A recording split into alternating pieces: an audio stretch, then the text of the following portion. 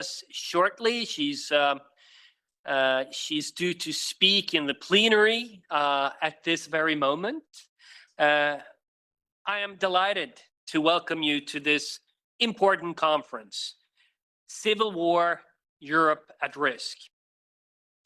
To address this vital issue, we are joined by four distinguished experts: Professor David Betz, Professor of War in the Modern World in the Department of War Studies at King's College, London; Maitre Thibault de Montbrial, President of the Centre de Réflexion sur la Sécurité Intérieure, CRSI, France; Dr. Ralph Schoellhammer, lecturer and head of the Center for Applied History and International Relations Theory at the Matthias Corvinus Collegium; and Dr. Eoin Lenihan, journalist and researcher based in the Republic of Ireland. Before we begin, let me recall a timeless warning from the Bible, Galatians 6:7. Whatsoever a man soweth, so shall he also reap. One of the most profound and dangerous consequences of the relentless mass migration into Western democracies is that our once relatively homogeneous societies have become deeply fragmented. Newcomers often share little in common with the indigenous population. More alarmingly, many have no intention of assimilating.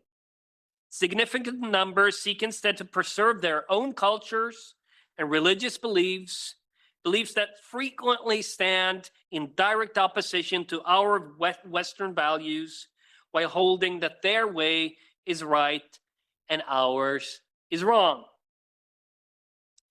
As a father, I constantly ask myself, what does this mean for our societies and for our children and grandchildren? Where are we heading? Where will Europe be in 50 years? Will there be a Europe in 50 years?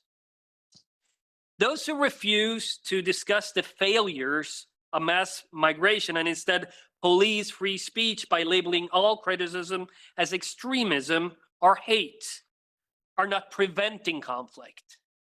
They think they are, but they are manufacturing it. By suppressing debate and turning legitimate concerns into taboos, they are the ones turning our societies into pressure cookers. A recent Ipsos survey published in November 2025, named The State of Democracy 2025, proves exactly where this leads.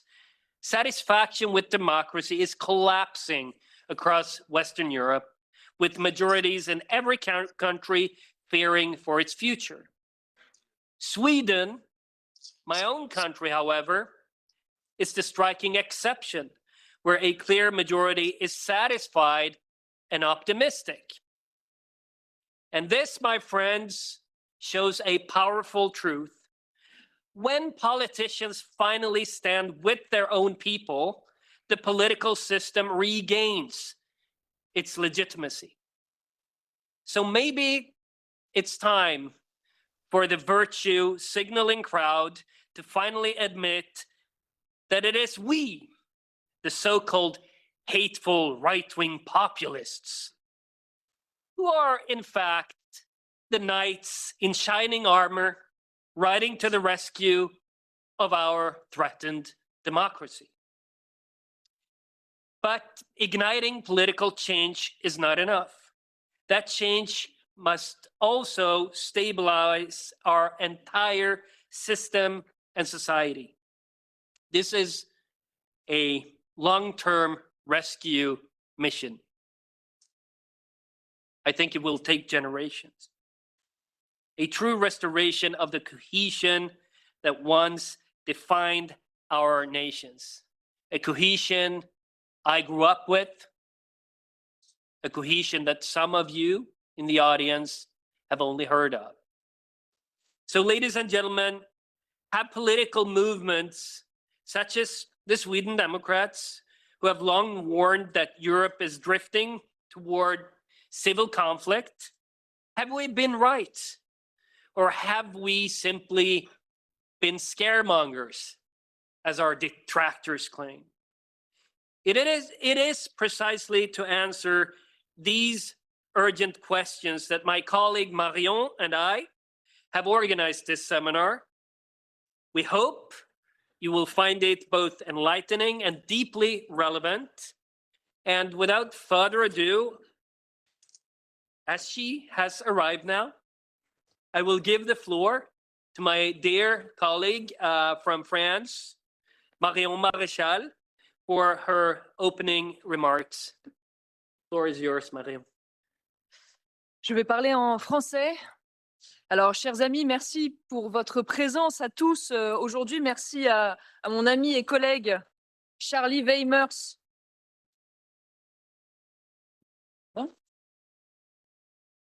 Merci à mon ami et collègue Charlie Weimers pour cette initiative qui s'inscrit dans le cadre de notre groupe de travail sur l'immigration. Merci évidemment à tous nos intervenants du jour qui sont des experts en la matière et qui vont nous éclairer sur ce sujet extrêmement sensible du risque de la guerre civile. Je me réjouis tout particulièrement d'avoir à ma gauche Maître Thibault de Montbrial. Merci beaucoup, Maître, d'avoir accepté de venir aujourd'hui. Je me permets une rapide présentation de l'expert français autour de cette table, qui est avocat au barreau de Paris depuis maintenant près de 30 ans, qui a été l'avocat de multiples victimes du terrorisme islamiste dans notre pays, qui a notamment défendu d'ailleurs les victimes des attentats du Bataclan, triste épisode pour ceux qui s'en souviennent, au cœur de Paris. Vous êtes également président du Centre de réflexion sur la sécurité intérieure, et vous intervenez régulièrement dans les médias. Vous êtes également un auteur, puisque vous avez fait paraître Le sursaut ou le chaos en 2015, Osons l'autorité en 2020, ainsi que France, le choc ou la chute, entre autres publications. Vous êtes aussi un militaire, c'est important de le préciser. Et avant de laisser la parole à nos invités, j'aimerais vous dire quelques mots sur les raisons de cette conférence. La principale raison, d'abord, c'est un constat, un triste constat, puisque nos sociétés qui vivaient depuis des années de façon paisible et pacifique sont en train de muter sous nos yeux à grande vitesse en société de violence et en société de défiance. L'étude d'ailleurs publiée récemment par notre fondation ECR sur les no-go zones est une des manifestations de ce terrifiant phénomène. Alors, pour une raison simple, puisque le critère principal de la confiance entre des citoyens, c'est l'homogénéité culturelle. C'est la clé de voûte du bon fonctionnement de la démocratie et même du bon fonctionnement de l'État-providence. Or, cette homogénéité culturelle, elle a été pulvérisée par l'immigration de masse, l'islamisation et le multiculturalisme. Un Français, Pierre Borechamp, qui est un ancien des services de renseignement extérieur français, a détaillé de façon très intéressante dans une interview les facteurs liés à l'immigration qui contribuent à cette désagrégation sociale. Il parle de l'origine de populations du tiers-monde, de mœurs communautaires, de mœurs musulmanes, de culture de l'honneur, du passé colonisé, d'une démographie dynamique, d'une endogamie élevée, d'un faible niveau socio-culturel, d'une coagulation en isolat géographique et d'une aggravation de toutes ces dispositions au fil des générations dans un contexte global de vengeance du Sud vers le Nord. Et de ce point de vue, d'ailleurs, la distinction entre guerre civile et guerre étrangère ressort brouillée. Ce sont ces mots.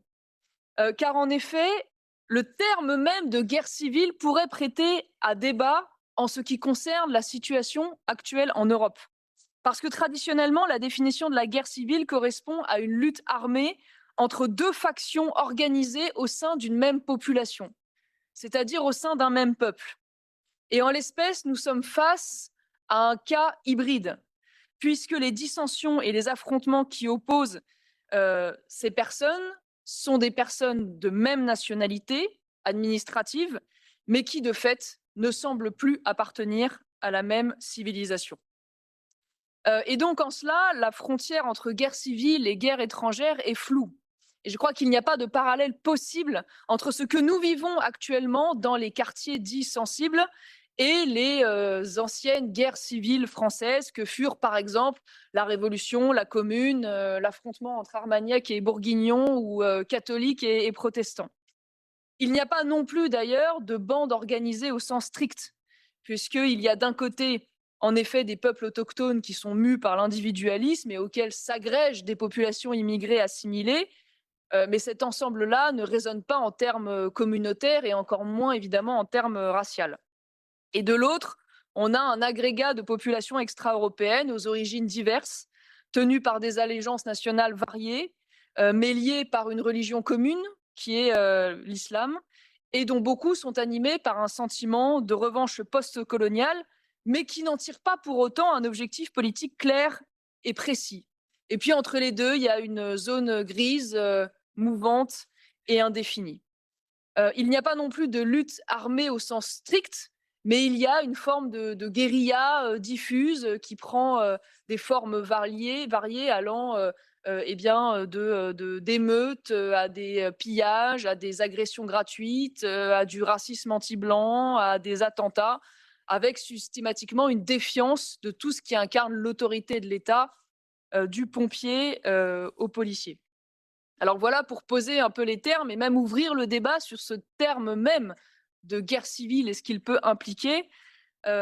Et pour conclure, je crois qu'on peut dire que ce colloque est salutaire parce qu'il va nous permettre de comprendre non seulement plus nettement ce phénomène, de comprendre aussi la trajectoire finalement qui se dessine et surtout les solutions que nous, responsables politiques, devons mettre en place pour sauver nos pays de l'horreur qu'est la guerre civile et de la régression évidemment sociale, culturelle, économique, géopolitique qui s'en suivra si par malheur elle devait advenir. Et donc sur ces mots, je laisse maintenant la parole à nos intervenants. Je vous remercie.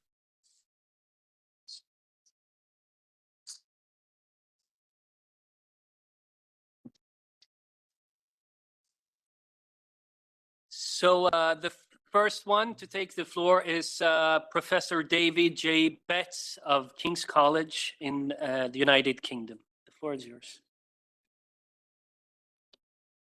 Thank you very much. The title of tonight's talk, I can see on the screen, has a question mark at the end of it, and I don't think it needs to be there because I believe that Europe is on track for civil war, and I'll explain why that is the case in a moment. For a start, though, I would like to address a question that almost always comes up when people accept the argument presented to them, which is, in which country, David, do you think this is going to happen first? The short answer is that it's a very tight race. Sweden, France, Germany, Spain, Britain, others are all strong contenders to win this dismal race. But if forced to guess, with all respect to my co-panelist, I would choose Ireland because it has a relatively recent history of civil conflict, a tradition of nationalist martyrdom, and a spectacularly tone-deaf political establishment. The extended answer, though, is that it doesn't really matter too much who goes first, because once it kicks off any place, it is quite likely to spread to every place.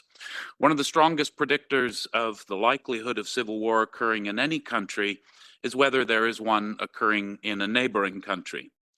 In my talk this evening, I'm mostly going to talk about Britain because that's the case I know most well. I live there, and most of my detailed research is on that subject. Wherever you are from in Western Europe, however, you will recognize elements of what I'm talking about, I'm certain, from your own national experience. Moreover, should some of you be from even more distant quarters of the Western world, the United States or Canada or even far off Australia, I know that you will feel something the same. The matter is, in my opinion, in the largest sense, that the crisis of the Western world today is a kind of civilizational hangover brought on by the slow motion collapse of the modern project, which began something over 200 years ago. I say all that now at the start because while I'll be talking about recent polls and studies and newspaper headlines of recent vintage showing matters of concern and the like, it is important to stress that the most important drivers of the coming civil war are structural and long-term. It took a long time to break the foundations of Western self-belief, prosperity, and competency. If you care about those things, you are likely very, very angry. As Karl Popper warned, unlimited tolerance must result in the destruction of tolerance itself. So that anger is understandable if you feel it. It will take a long time to fix the damage that has been done, and in answer to the questions that have just been posed, I'm not sure it is in fact possible to fix it. Let's get to Britain. Britain today is in the condition of what the American writer Samuel Francis called anarcho-tyranny. This may be defined as a condition of government which combines two apparent opposites. First, oppressive power against the innocent, and second, paralysis in performing core duties of government. This may be seen most obviously in the generation-long failure to prevent, to punish, or even to seriously investigate the mass rape, trafficking, torture, and murder of primarily white working-class children by primarily Pakistani community-based sexual torture networks, combined with the increasing determination to repress the habitually law-abiding native population through censorship, through hate crime enforcement, through social engineering, and frankly, 1984 levels of surveillance. More generally, every aspect of the political economy is in crisis or in incipient ruin. Nothing works. Britain has been broken. Who broke it? Why did they break it? Whether it deserved to be broken? Over these matters, people may argue. Over the essential premise, however, I don't think there's much room for debate. So where does that lead us? Broken Britain, or indeed shattered Britain, as a recent report put it, are common ways of describing the current situation. The appropriate academic term is factionalized, which is worth briefly defining conceptually. Factionalism is a condition of society in which the titular group, the titular nation, tribe, what have you, divides or splits into smaller, nearly always competing subgroups that pursue their own interests and their own goals as a greater priority than, or sometimes in direct contradiction with, those of the larger group. You can consider it a spectrum. On the one end of the spectrum, you have normal politics, followed by contentious politics, then comes issue factionalism, polar factionalism, militancy, and then civil war. Normal politics doesn't need a lot of explanation. Under normal political conditions, nobody bothers to question legitimacy. It's a fundamental assumption. As an example of contentious politics, you might consider 2011's Occupy Wall Street and other global anti-austerity movements. Issue factionalism is when competing groups start to form around discrete substantive issues such as abortion or the death penalty. Polar factionalism occurs when political competition shifts from disagreement over specific issues to entrenched symbolic identity cleavages. Sustained polar factionalism produces social breakdown, which is typified by the emergence of militancy, which is effectively organized coercive action. Unless government, by whatever means at that stage, restores its legitimate monopoly of violence, then the next step is civil war. Britain currently is in a state of polar factionalism. It's not quite at the point of societal breakdown, but we are already observing outbreaks of militancy from some groups, most recent example of this being the torching in London of 4 ambulances funded by the Jewish community. At this point, it's worth going back for a moment to Francis's concept of anarcho-tyranny, because it's very important, I think, to note that anarcho-tyranny arises not simply out of incompetence, but because elite interests are served by weakening self-government, by eroding traditional institutions and middle-class stability. To reiterate, The current explosive configuration of society did not occur naturally, nor did it arise democratically. It developed as a direct result of elite choice. More than any other issue, as we've heard, policy on immigration exposes the duplicity of elites and the resulting depth and breadth of the canyon between governments and the governed. Since 1945 in Britain, both the Conservative and Labour parties repeatedly promised in their election manifestos to deliver only managed and controlled immigration, yet both oversaw net mass migration exceeding 200,000 annually for about 17 years each. According to Great Replacement theory, white European populations are being systematically replaced by non-white immigrants through deliberate policies of mass migration and higher birth rates amongst minorities. The idea is derided in polite company, but according to a 2023 survey in the UK, approximately 32% of adults believe it to be real. I would be astonished in 2026 if you did that poll again, if the number was not considerably greater than 32%. Is it any wonder then that so many heretofore completely normal people now talk about betrayal and so vitriolically aim the word traitor at national political leaders? I would say no. People are angry, and they are right to be so. But the people at whom they are angry are far from repentant. At the 2025 Glastonbury Festival, a scene occurred which I feel serves as a kind of microcosm of this relationship. When the musician or the band Bob Vylan sang the song, "I Heard You Want Your Country Back," to a wildly cheering crowd of elites, or elite proto-elites. Here's the song's chorus. I won't sing it to you. I'll read it. "I heard you want your country back. Shut the fuck up. I heard you want your country back. You can't have that." Let us admit that these are fighting words. They are not hard to find on either side of the divide. It stands to reason that when people want to fight and actively seek to provoke that, it is a strong likelihood that a fight is going to happen. First, then, I suppose that we are on a track for a peasant revolt, a conservative uprising in which the ruled seek to punish their rulers for violating their obligations under the social contract and for changing the existing rules of the game against their wishes. It will look something like Italy's years of lead, the dirty wars of Latin America, or maybe more the troubles in Northern Ireland, but on a larger scale. What is already a guarded society will become a radically, even more heavily fortified society as elites seek protection by more walls, more guards, and more surveillance. That is going to be bloody. In red team simulations of this sort of conflict, which we have done, we find that the red teams usually decide to target judges and media figures in the first instance, these targets chosen on account of their relatively unguarded condition and accessibility, a product of the mistaken expectation of security on their part. Another key factor is their perceived centrality in two oft-invoked grievances: two-tier justice and media bias or media manipulation.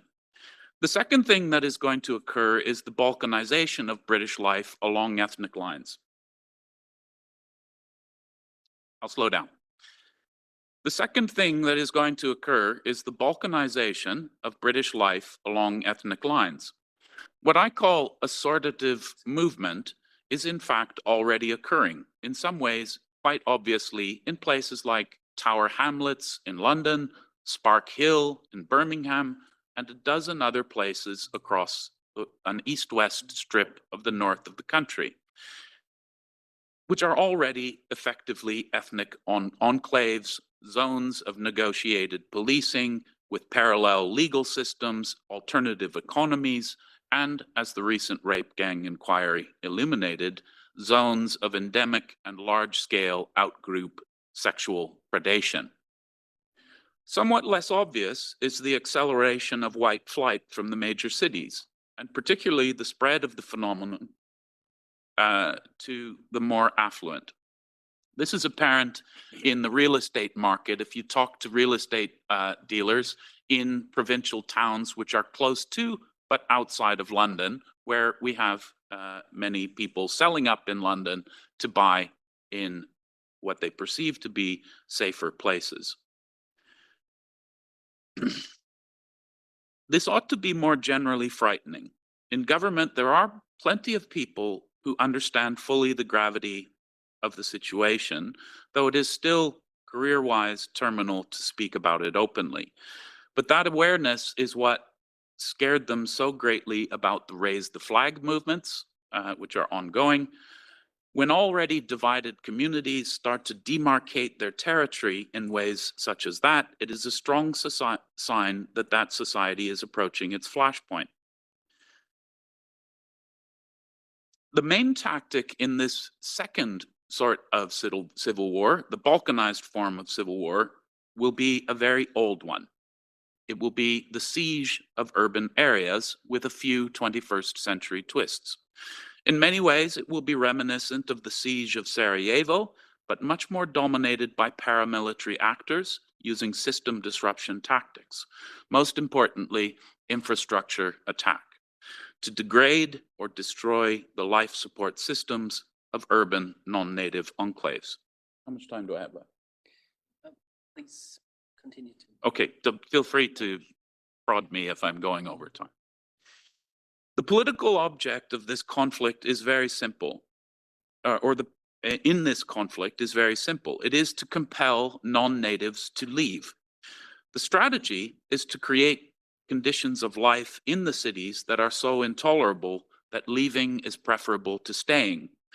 The tactics are relatively simple. They require few sophisticated weapons, or in fact no weapons, and are quite hard to guard against. When I say it requires no weapons, the appropriate weapons for infrastructure attack are things like angle grinders, sledgehammers, and perhaps acetylene torches and the like. It's not an implausible theory of victory because its central premise, which is the instability of the modern urban condition, at the best of times, is something which scholars of urban studies have been warning against for 50 years already. Again, in red team simulations of this sort of conflict, players often resolve on attacking the fuel distribution system, particularly the petrol stations of cities that are targeted for disruption. Again, the logic is simple and devastating. Fuel systems are easy to attack. They're flammable, if not explosive by definition. They are difficult to repair and expensive to replace. In fact, they're impossible to replace in civil war conditions where there is no insurance available. Moreover, disruption of fuel has very rapid knock-on effects on everything else logistically, most importantly, the food distribution system, which is the traditional weapon of siegecraft. In summary of what I've said so far, there's a lot of tinder. The country is a powder keg. You can choose your own metaphor. What will be the spark? The truth is that it is in the nature of sparks that no one can predict them precisely. Southport might have been one, which explains why the government reacted in the manner that it did, in a panic, betraying all the classic signs of decision-making under fear: tunnel vision, bias amplification, and cognitive overload. The trouble is that there's no shortage of potential flashpoints, because when you pile up the tinder everywhere, it's bound to catch light somewhere and to spread. I'm coming to the end. Where does balkanization lead us? I see two strong possibilities here.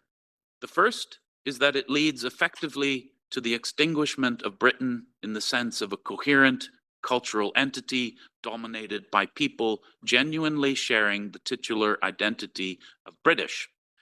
In his essay, The Lion and the Unicorn, George Orwell supposed from the perspective of 1940 that there was a meaningful connection and a continuing obligation between the British, he was actually speaking of the English, of his time and the people of the same place in 1840, 100 years before, despite all the changes that had occurred in that 100-year period?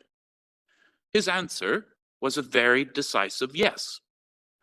On our current course, no one in 2040 could conclude the same thing. That connection between past, present, and future generations, which in fact is the essence of Burkean conservatism, will have been severed. Indeed, it will have been betrayed, in the sense that it didn't have to happen that way. It was rather an elite choice, going back to my earlier observation. The second possibility is that it leads to large-scale and widespread civil war, as I have described, with three primary belligerents. I've mentioned already the likely strategy and tactics that will be adopted. I think in the time remaining, I'll just say a few words about the role of government. When revolutions occur, probably the most important determinant of outcome is which way the army, or security services generally, decide to direct their loyalty. If it sticks with the government, then elites generally prevail. If the army goes with the people, then elites generally fail and they go to Madame Guillotine. If it stays neutral, then events might favor either side. What I'm about to say then is controversial because I do not think that in the coming conflict, the military is going to play a decisive role. There are good reasons to conclude this. Some may surprise you. First, as is well known, Western armed forces are by historical standards today very small.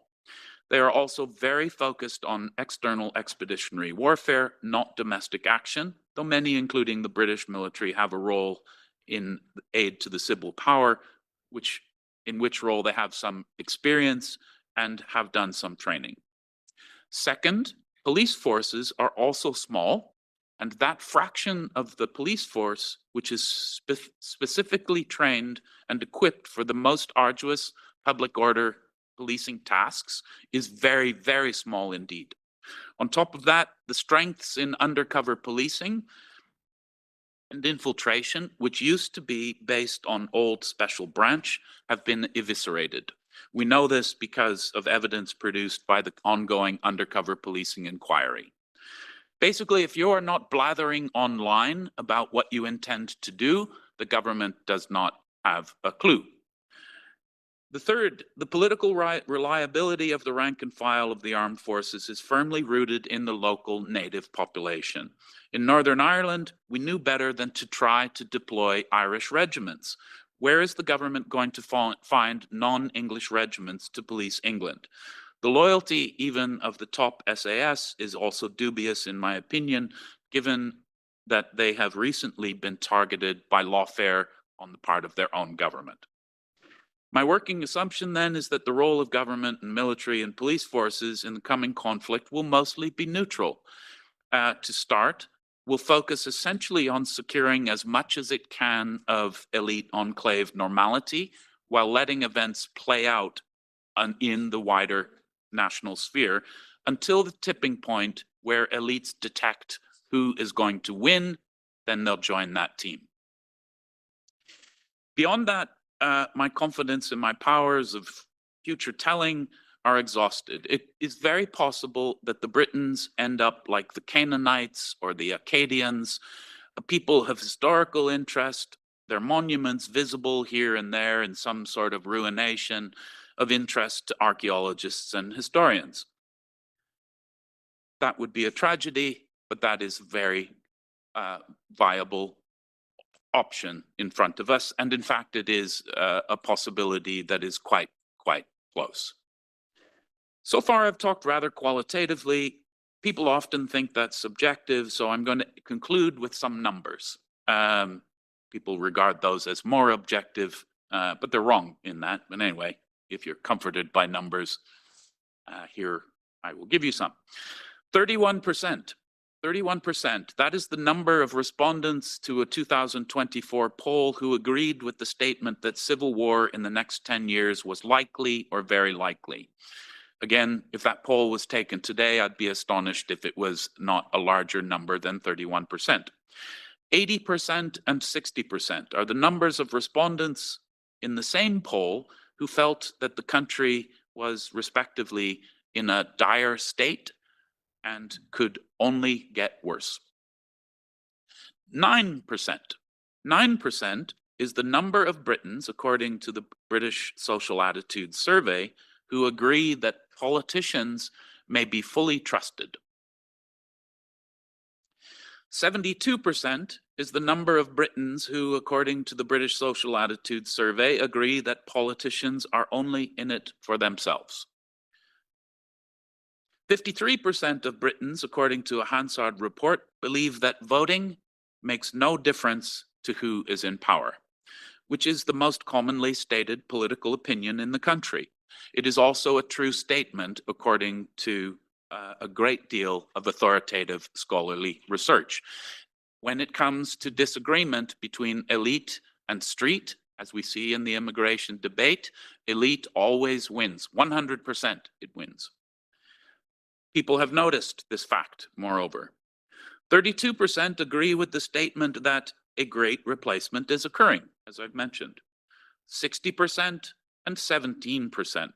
These are the numbers of Britons between the ages of 18 and 34 who agree, respectively, that some sort of hostile activism is permissible to drive change, and that violence is included in this permissible category.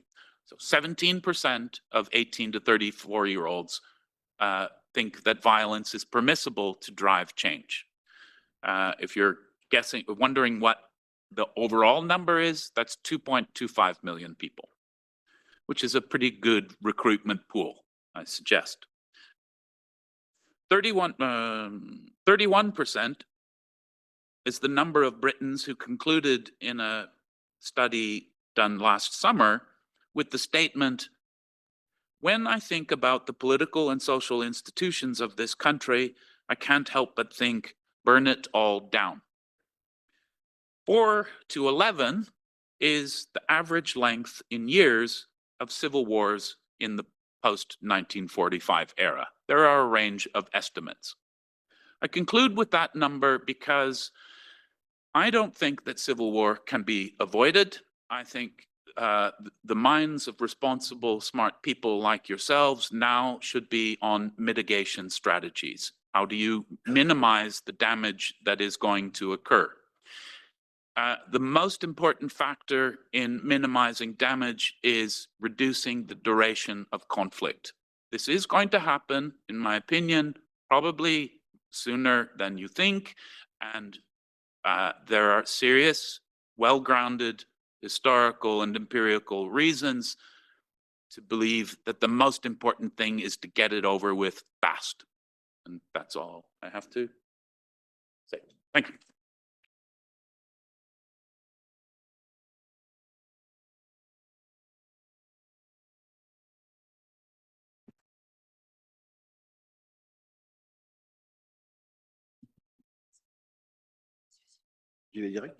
Okay.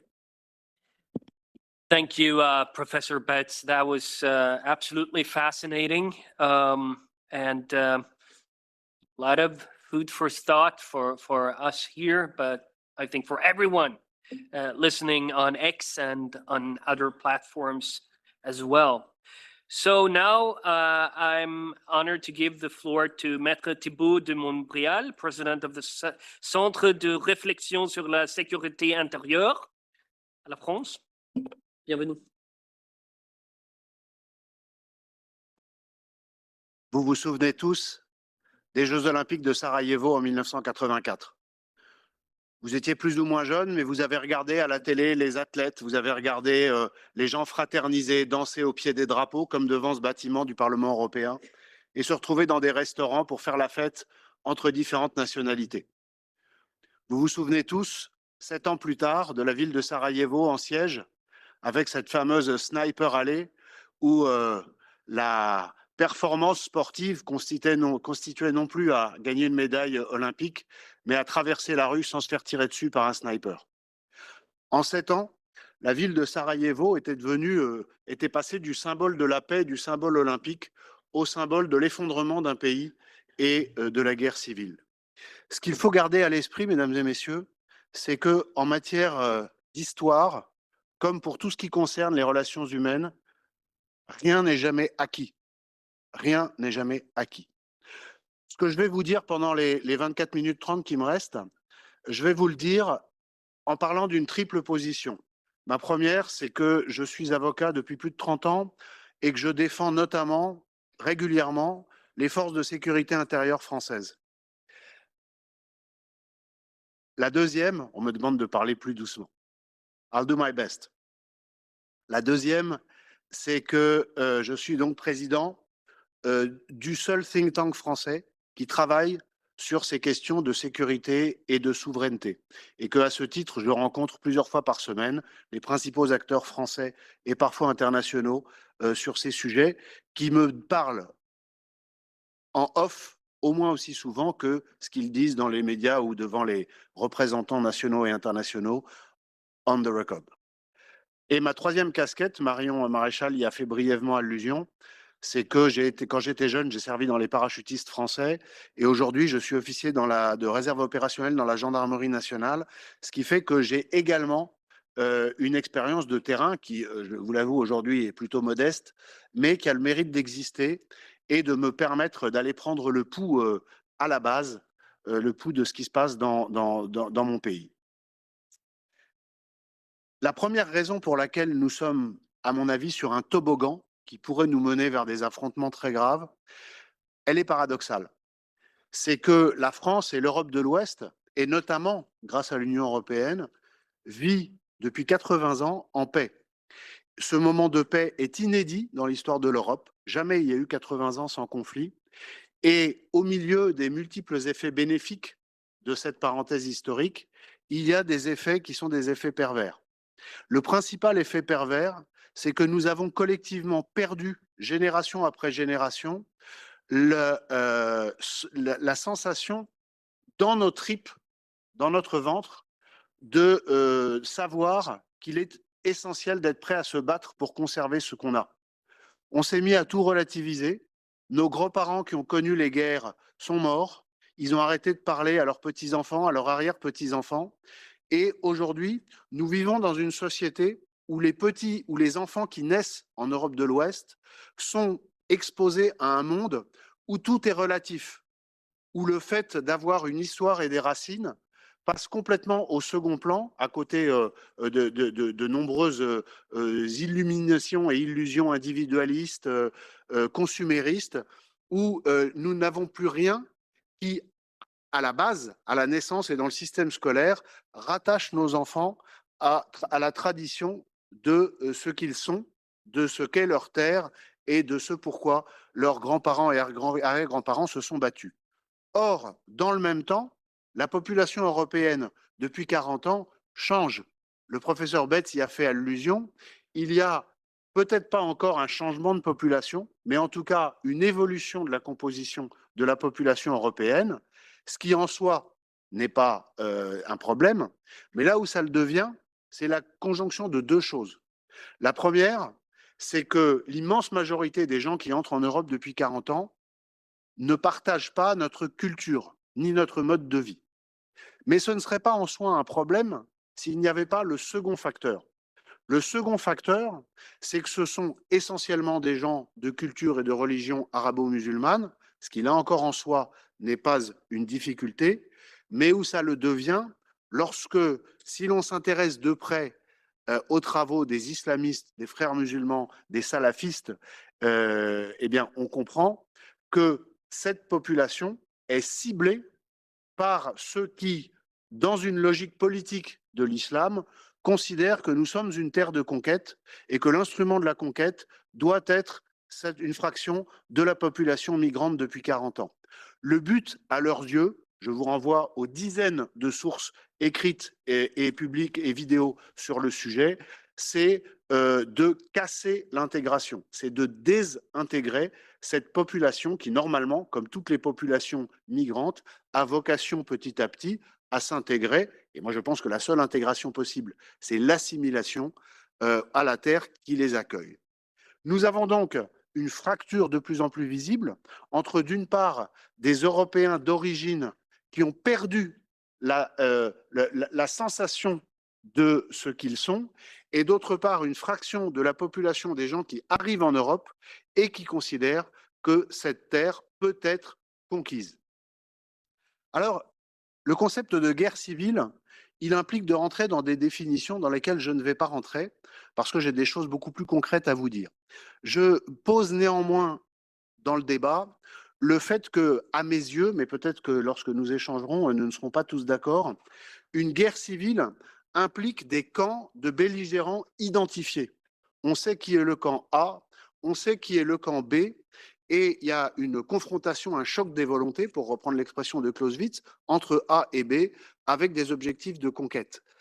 Je pense, pour ma part, qu'en France, il n'y a pas encore, vous entendez le encore, de camp B structuré. Il y a un camp A, qui est la République française, dont les institutions sont en déliquescence et qui s'est considérablement ramolli et qui a oublié qu'un État ne peut se perdurer que si il y a un pacte social qui est respecté et dont la cohérence est assurée par l'exercice de l'autorité de l'État.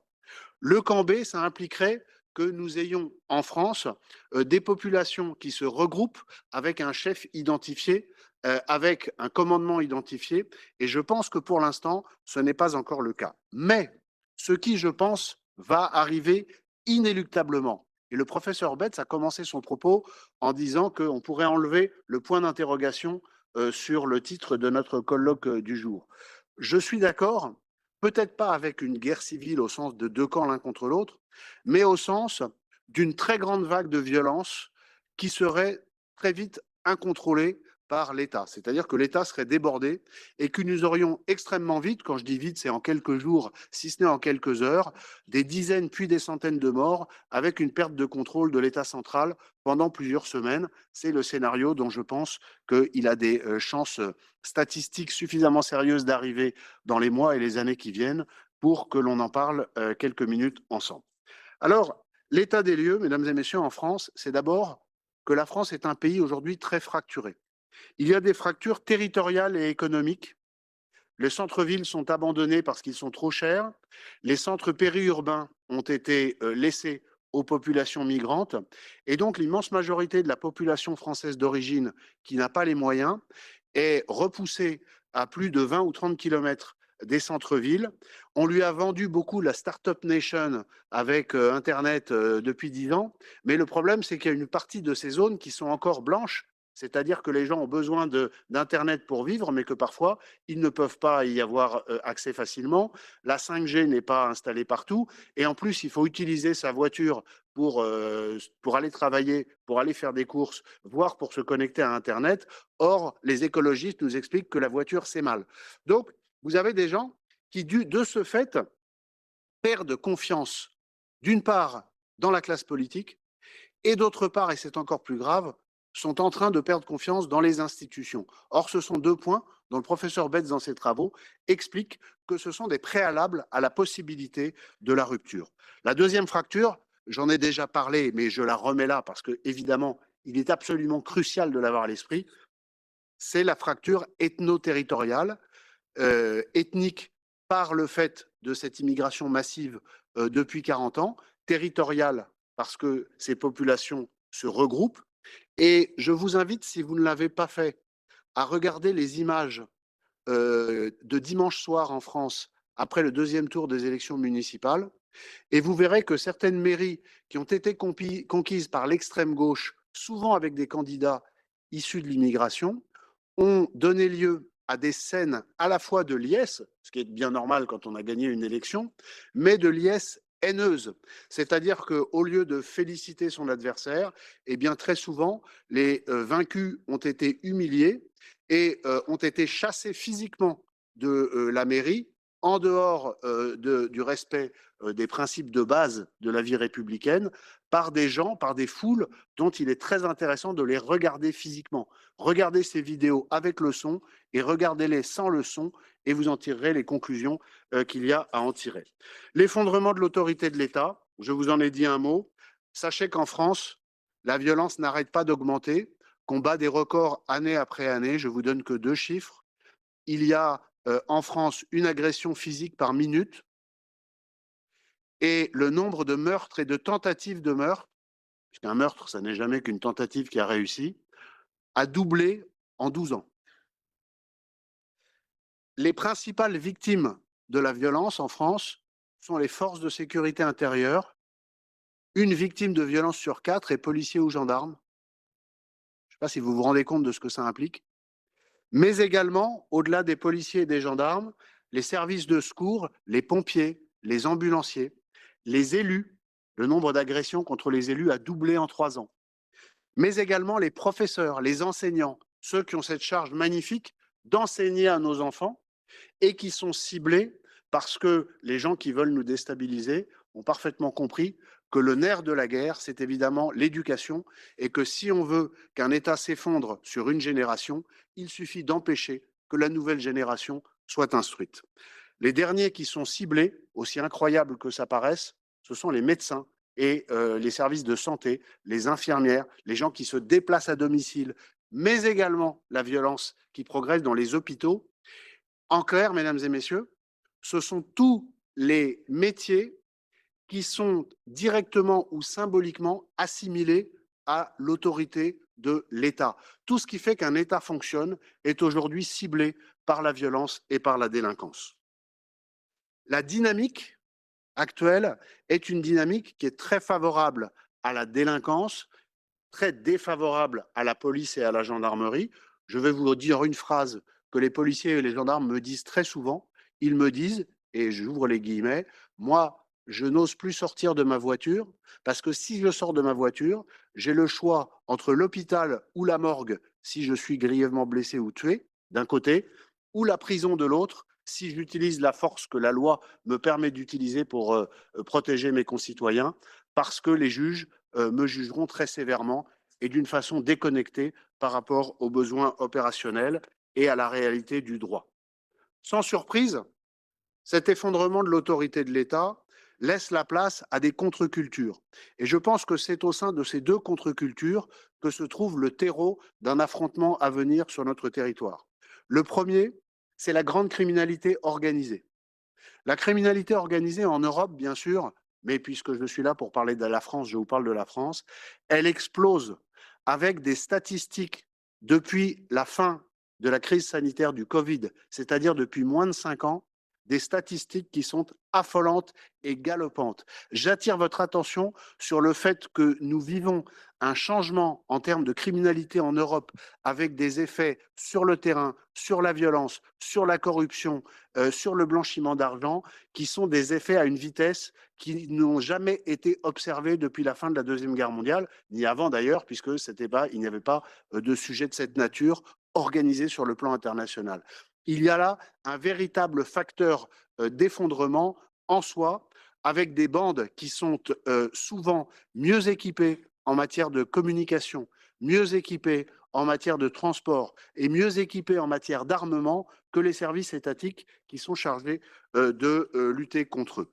La deuxième contre-culture, c'est évidemment l'islamisme, avec l'islam violent, bien sûr. Ce sont les attentats ou les agressions plus ou moins directement commises au nom de cette religion, mais également avec l'islam qui se prétend non violent et qui, dans la ligne directe des préceptes des frères musulmans, a choisi d'utiliser les faiblesses des Européens et les faiblesses des Français en particulier pour travailler à saper et à nous miter, à nous miner de l'intérieur, hélas souvent avec la collaboration au moins d'un grand parti politique en France, qui est la France insoumise. Dernier point là-dessus, pour que vous compreniez la pénétration entre la grande criminalité organisée et l'islamisme, il n'y a pas de lien structurel, mais on estime, c'est une estimation des services de renseignement français, que 80 à 90% des figures majeures de la criminalité organisée en France sont d'origine arabo-musulmane. Le deuxième point que je voulais aborder, c'est que nous avons en France des signaux de moins en moins faibles d'une dégénérescence de la situation. D'abord, je vais passer très vite parce que vous les connaissez, il y a les attentats islamistes qui se sont multipliés sur le territoire européen depuis le milieu de la décennie précédente. Aujourd'hui, ils sont moins spectaculaires, sans doute pour un temps, mais ce n'est pas le sujet du jour, mais il y a des attaques de basse intensité au couteau, avec des véhicules béliers, ou même à main nue, qui sont commis par des gens qui invoquent l'islamisme quasiment tous les jours sur le territoire français. Ils ne sont évidemment pas considérés par les autorités comme des attentats et ils ne sont pas considérés par la presse comme des événements qui méritent qu'on les relate. Pourquoi?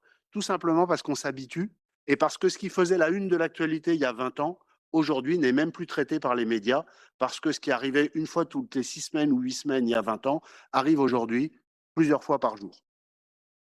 Le deuxième facteur, le deuxième signal faible, c'est l'expansion de la violence d'extrême gauche. Vous avez une violence d'extrême gauche qui est quasi terroriste et en ce qu'elle s'attaque de façon structurée aux infractions qui sont aux opérateurs, ce qu'on appelle les opérateurs d'importance vitaux, l'énergie, les communications et les transports. Vous avez peut-être vu que pendant le Festival du cinéma de Cannes, au mois de mai 2025, il y a eu une attaque contre le système électrique du département des Alpes-Maritimes où a lieu le Festival de Cannes et qu'il y a à peu près 200 000 personnes qui ont été privées d'électricité pendant 24 heures. Il y a des gens qui ont estimé que c'était drôle et que, je cite, les riches à Cannes seraient obligés de manger des sandwichs au lieu d'aller dans les grands restaurants. Mais ceux qui ont trouvé ça beaucoup moins drôle, c'est la population, c'est les gens qui allaient travailler, c'est les gens qui, dans les hôpitaux, n'ont pas pu être soignés parce que les générateurs n'étaient pas assez puissants, etc., etc., etc. Vous avez également eu en France des grands mouvements de désobéissance civile, comme la ZAD, c'était la zone à défendre. Je ne sais pas comment les traducteurs vont s'en sortir avec ça, mais ce sont des territoires qui ont été confisqués, occupés par l'extrême gauche, parfois pendant des années, pour s'opposer à des projets de grandes infrastructures. La zone à défendre de Notre-Dame-des-Landes, c'était près de Nantes, c'était pour protester contre un aéroport, malgré la volonté populaire de voir construire cet aéroport. Et pour finir, on a dû déloger les gens qui occupaient ce terrain depuis 4 ans en utilisant des forces d'élite de la gendarmerie et avec des combats extrêmement violents qui ont duré plusieurs semaines et qui ont fait des centaines de blessés, en particulier chez les forces de l'ordre. Vous avez également une explosion de la violence dans les manifestations qu'il peut y avoir contre des réformes économiques ou contre des réformes sociétales sont aujourd'hui en France systématiquement infiltrées et pourries par une ultra-gauche qui souvent prépositionne plusieurs jours avant sur le lieu de la manifestation des armes telles que des boules de pétanque avec de l'acide à l'intérieur et des petites ailes en lame de rasoir qui sont mises sur le côté, qui sont jetées sur des policiers et autres outils de cette nature. Donc il n'y a pas d'armes à feu, mais il y a tout sauf les armes à feu et on a régulièrement des policiers très gravement blessés lors de ces occasions. Attentats islamistes, extrême gauche, mais évidemment aussi les émeutes et les émeutes en particulier dans les quartiers. Il faut que vous sachiez, mesdames et messieurs, qu'en France, des émeutes, il y en a tous les jours. Depuis 4 jours, par exemple, là on est mercredi, depuis samedi dernier, il y a des émeutes dans une cité qui est près de Lyon qui s'appelle Rieux-la-Pape. À chaque fois, il y a un incident local qui sert de prétexte et pendant plusieurs nuits, les jeunes, comme on dit, vont affronter la police, vont mettre le feu à un certain nombre de matériel. Et des violences, des violences, des violences.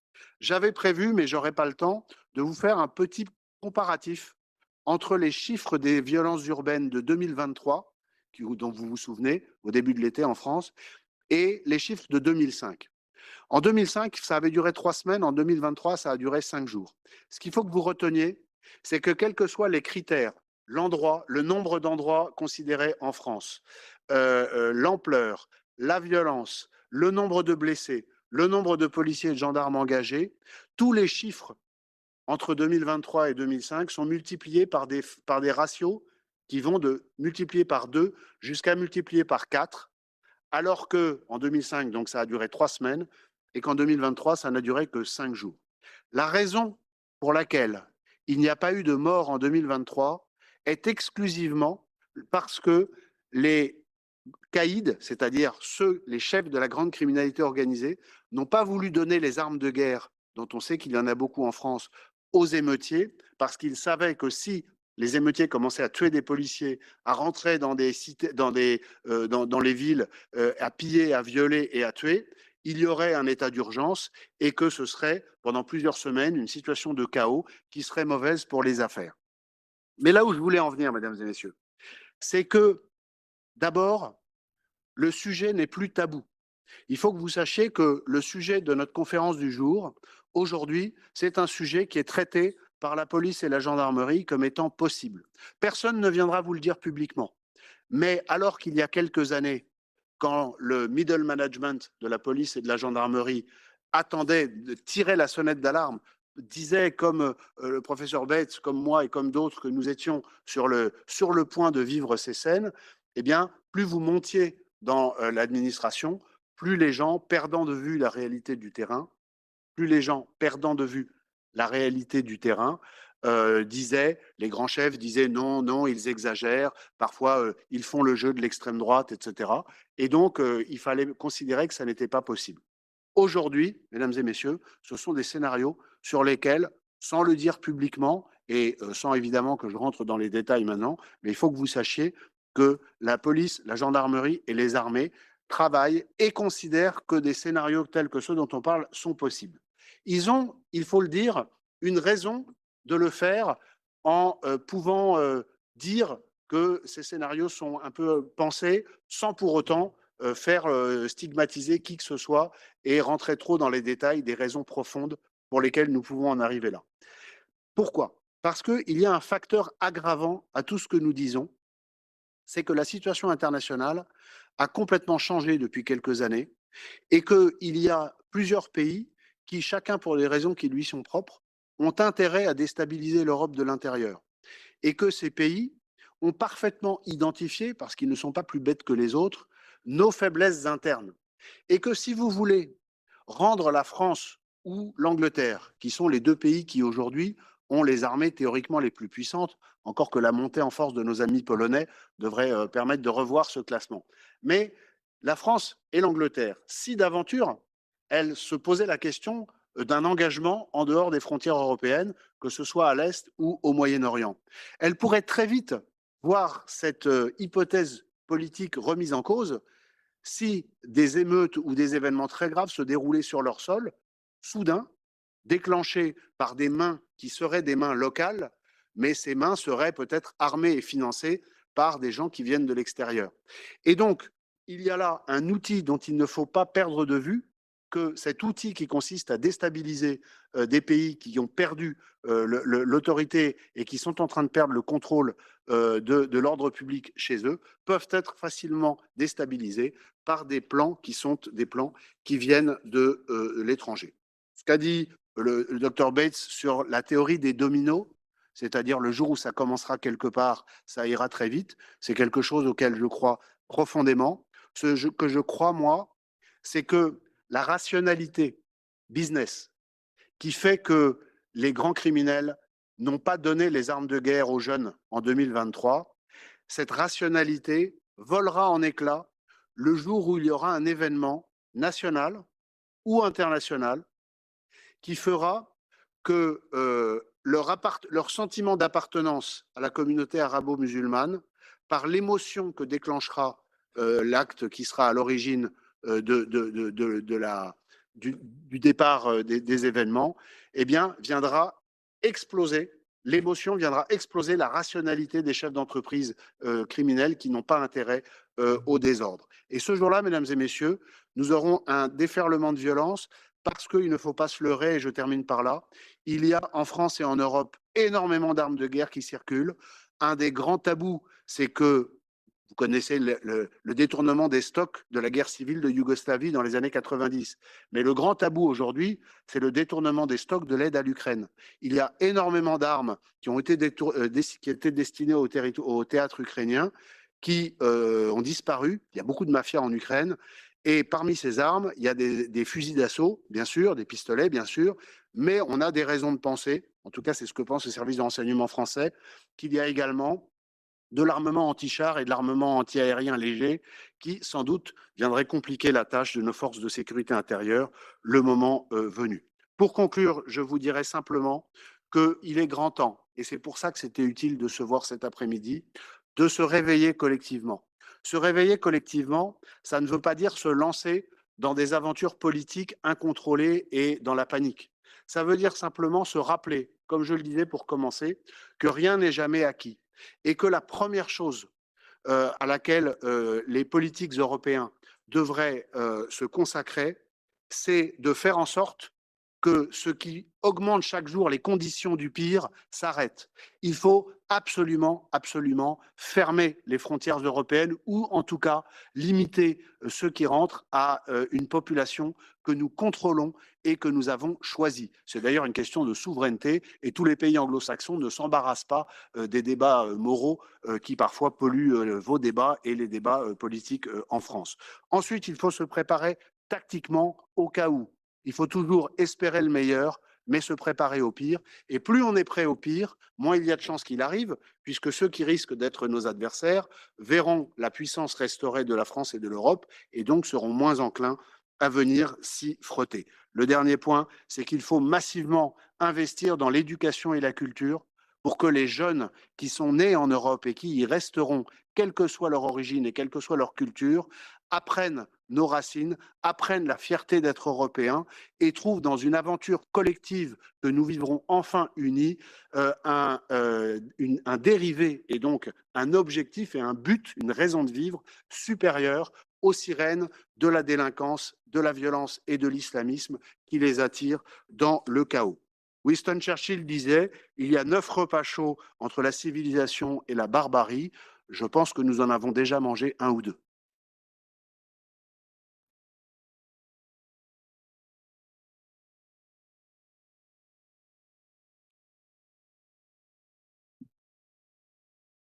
Merci beaucoup, monsieur de Montbrial. Je suis d'accord avec vous. Les scènes tournées dans les mairies à travers la France où les extrémistes de gauche du LFI ont pris le contrôle donnent vraiment l'impression d'être un prélude à ceux qui attendent l'Europe de l'Ouest tout entière.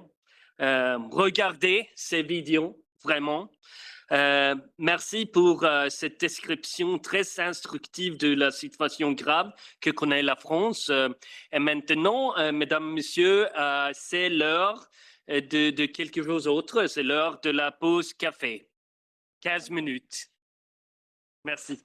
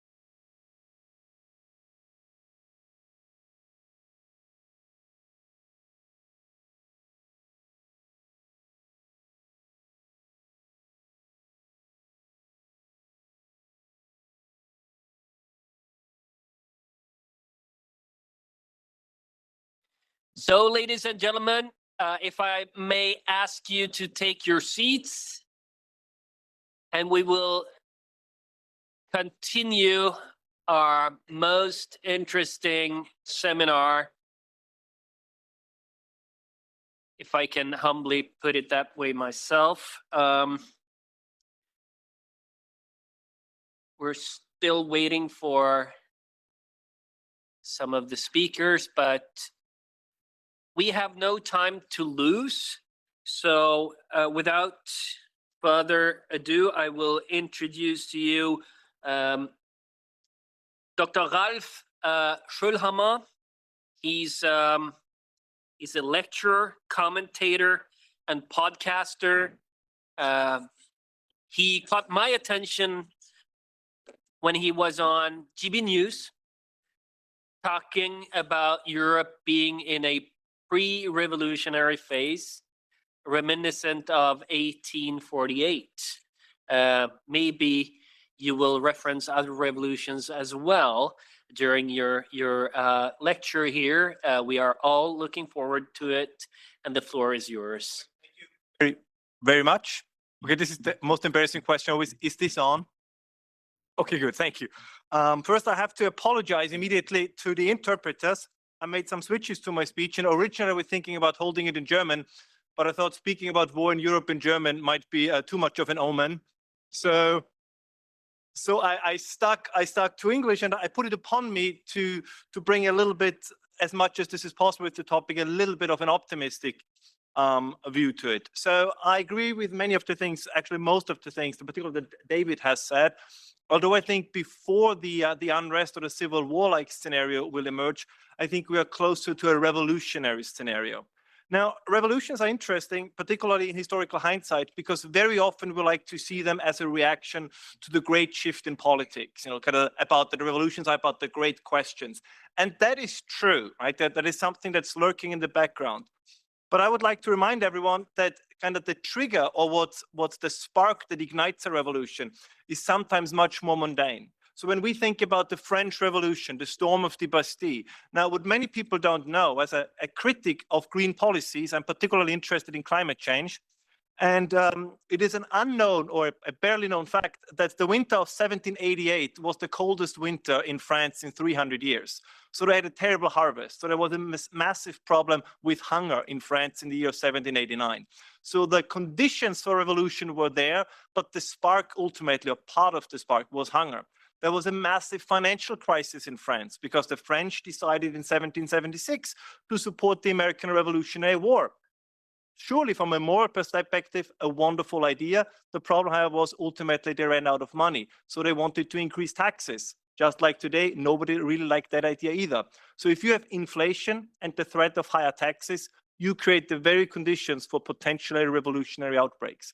I think in some, if not all, in some European countries, we're currently moving in a similar direction. I was reading the news this morning, and apparently in Germany, there are now new ideas about additional taxes. There are ideas that spouses can no longer be health insured with their husband or with their wife. So that's an increase, so to speak, in the tax burden.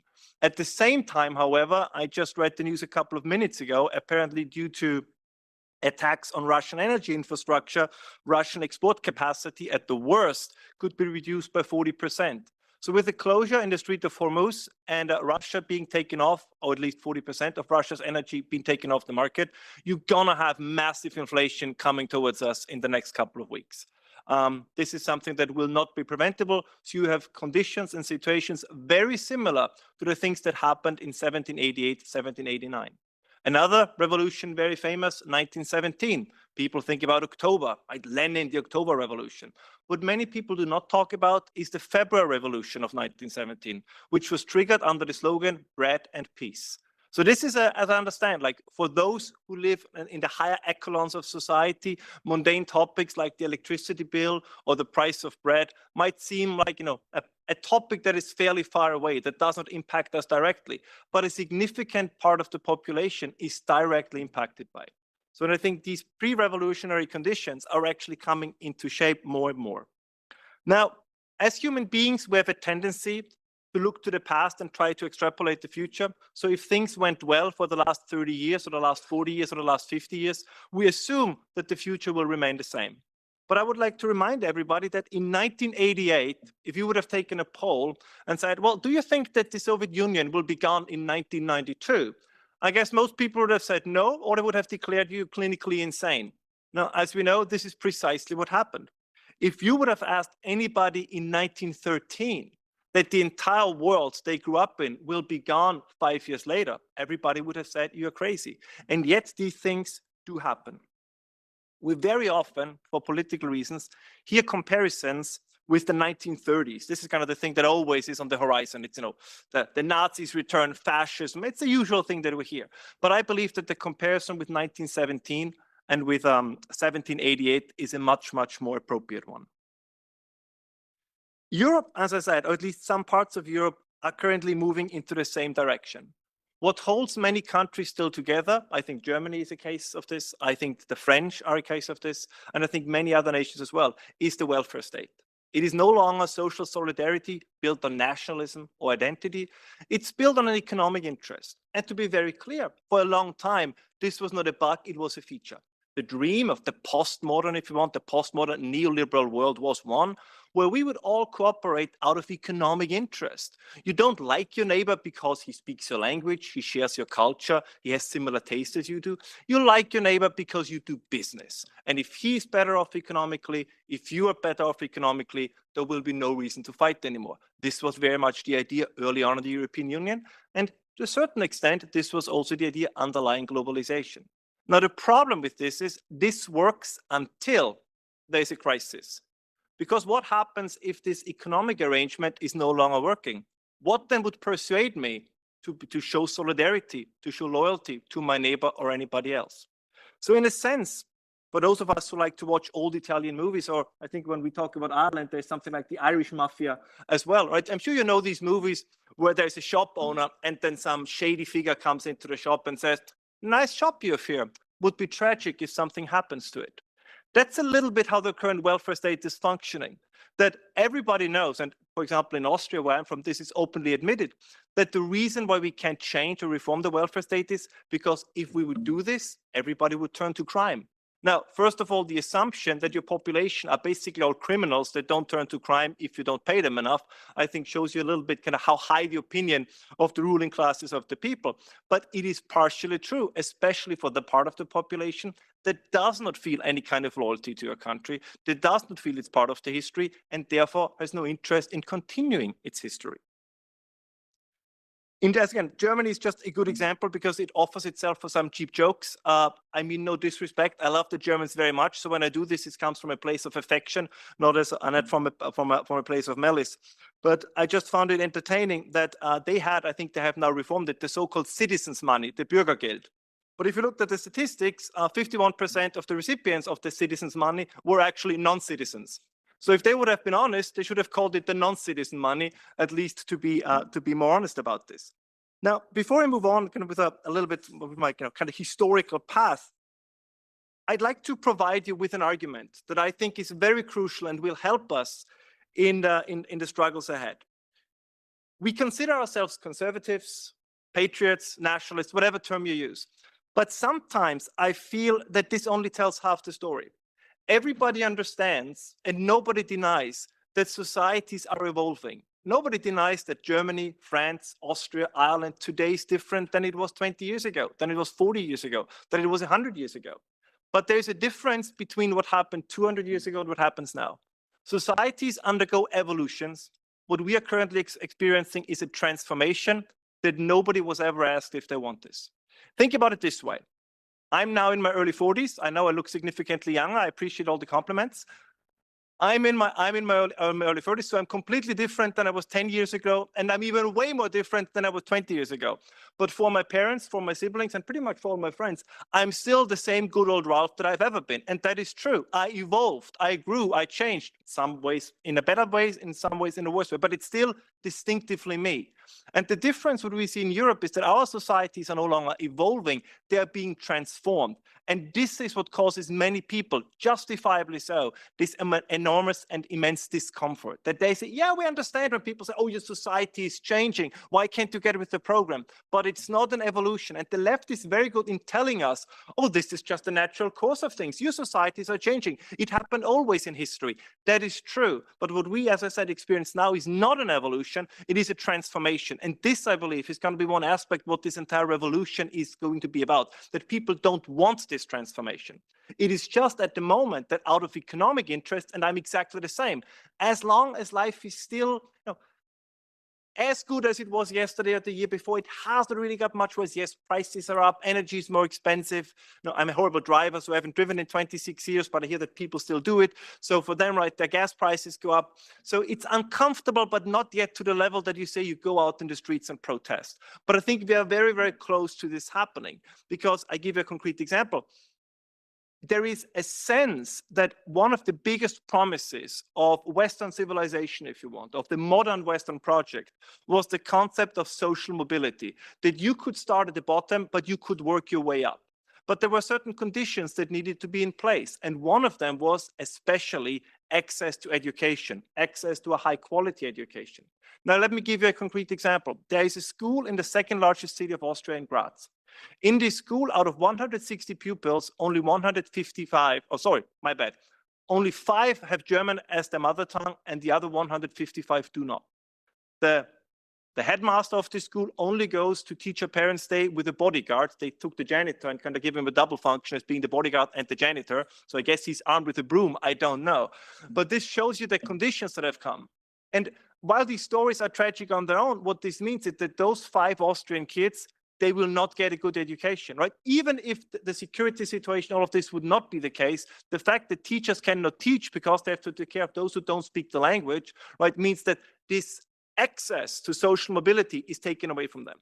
And what you see now, slowly but gradually, is that this discomfort that was originally on the, let's say, on the right fringe, is coming to the center, is coming to the middle. So I think what is very important for us to do here, and for you as politicians, that while many people have the correct gut feeling, they feel what's going on, they lack the vocabulary, they lack the ability to speak about it. Not because they're stupid, simply because they have other things that occupy their lives, right? Because they go to work every day, they work 40, 50 hours a week, they do not have the time then to say, and now let me read the newest paper about civil war in Europe, or let me listen to Ralph on GB News. No, because they have, and they should have, they have families, they have things to take care of. But what we have to do is to give them the vocabulary, give them the ability to talk about these things, and also to explain and to make clear to those who downplay the risk, which is that you can survive an economic crisis if at least you still have the comforts of culture. And what I mean by this is that you say, you know what, we are in this together. The situation is hard, this is difficult, but it's us, we're gonna power through. And if you look, now I can say something positive about Germany, which I'm very happy about. A country can survive almost everything. You can lose 2 world wars and still become the world's 2nd or 3rd largest economy, if you have the actual people. The great legend that we are very often told is that there is something resembling magic soil. So you come from somewhere, you step foot on Europe, and all of a sudden you're just as European as all these people who have been here for generations. And again, that's a beautiful dream. And if it would be true, I would be the first one to say, sign me up for this.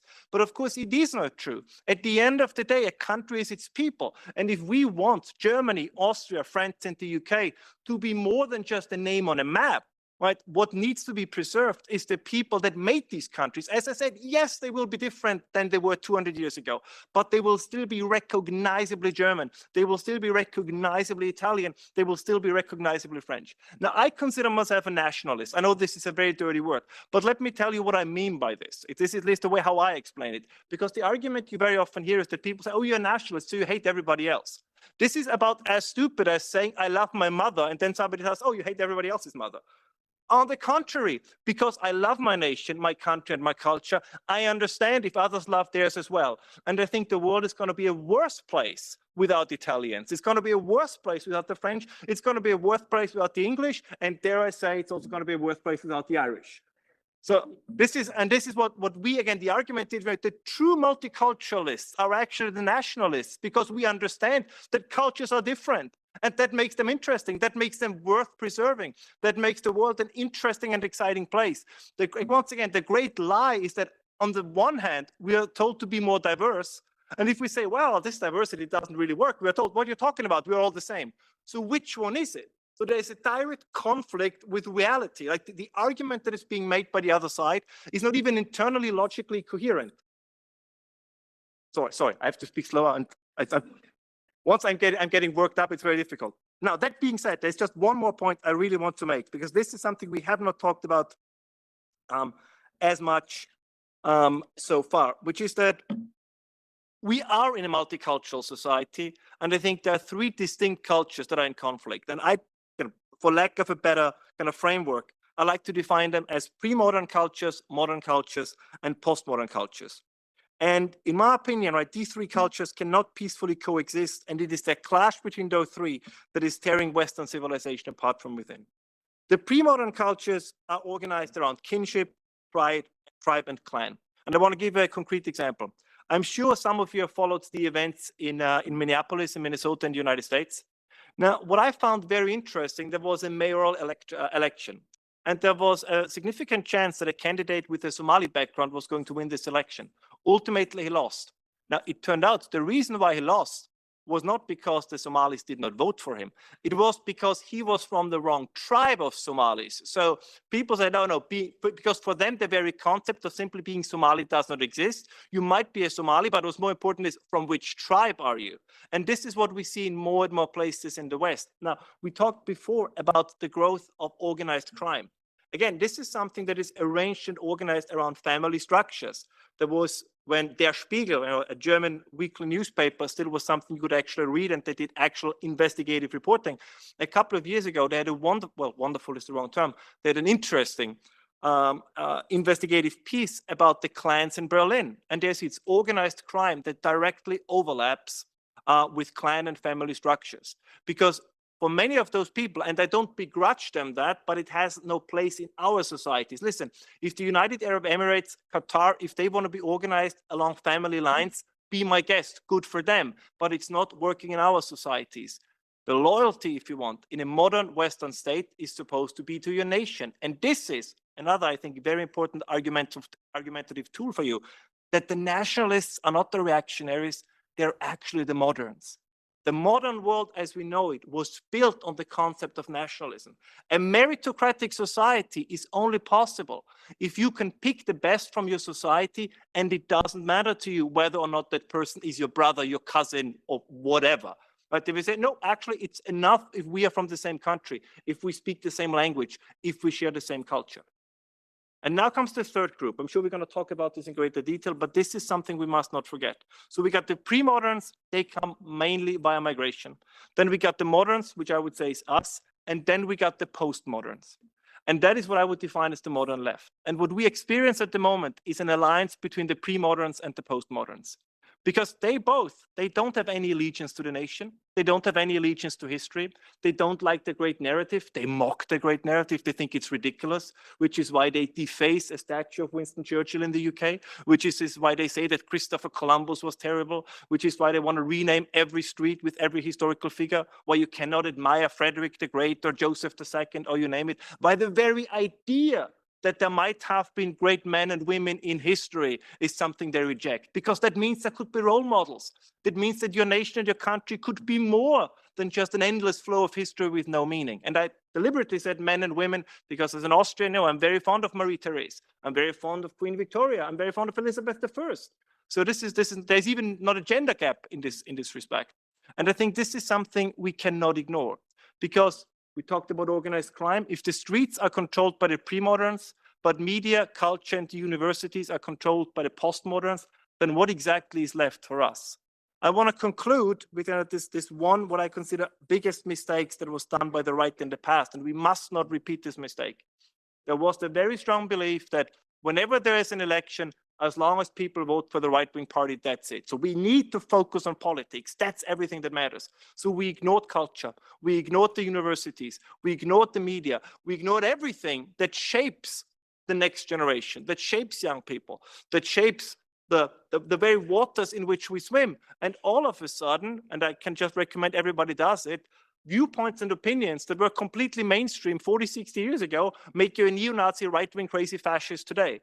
But this is not because the positions are all of a sudden crazy. It is because the general societal sentiment, to use another beautiful German term, the Zeitgeist has shifted so far to the left that what was completely normal 40 years ago is considered crazy today. And this is the struggle, this is the fight that we also have to engage. But in order to do this, we have to be clear about our terms, right? If somebody says, why are you a patriot? You have to be able to tell them why. Why are you a nationalist? You have to be able to tell them why. And I think there are plenty of reasons. Because, and this is truly my last point, I'm a member of the McDonald's club, right? You know, if you're a member of this and you buy lots of cheeseburgers, you get like every 10th cheeseburger for free, which works very well with my favorite diet. But if McDonald's would call me and say, Ralph, we are going to war with Burger King, and you're part of the McDonald's army, I most likely would say, no, thank you. I really like my membership for the free burgers, but that's it. And in a certain way, we started to treat citizenship like my McDonald's membership, that you hold a passport, it's just a piece of paper. It gives you access to the welfare state. It gives you access to the educational system, but it's just rights and no longer any obligations. And the concept, once again, that the moderns understood, that Immanuel Kant understood, that every right needs to have a corresponding obligation. We no longer do this. We only talk about rights. We no longer talk about duties. The word duty per se has become a dirty word. Is that me? Okay. And this is kind of what we get back to, that it is a privilege to be a member of a certain country. It is a privilege to be part of a nation. It is something worthwhile defending, which brings me to the point I made before, because then very often people will say, well, but Ralph, it's just a coincidence that you were born in Austria, so why should you care? For the very same reason that it was coincidence that I'm my parents' son and my brother's sibling, and yet I still love them. I would never go to my brother and say, you know what, I decided I no longer care about you because it's pure coincidence that we are brothers. That would be insane. No sane person would do this, but we have been taught, educated, and marinated or brainwashed in doing that with our nation. Of course, my own nation is close to me. Of course, I care about it. Was it coincidence I was born there? Yes, but you know what? Even if so, that makes it even more an obligation to make sure that future generations, if they coincidentally happen to be born in my country, can have the same luxury, can enjoy the same privileges, and of course also the same obligations that I had. So again, don't be ashamed, don't be afraid. It's worthwhile to fight for your country, it's worthwhile to fight for civilization, and if it takes a revolution to maintain it, I'm going to be completely honest. 20 years ago, 10 years ago, I would have said, I'd dread the revolution. If it's necessary, it cannot come quickly enough. Thank you very much.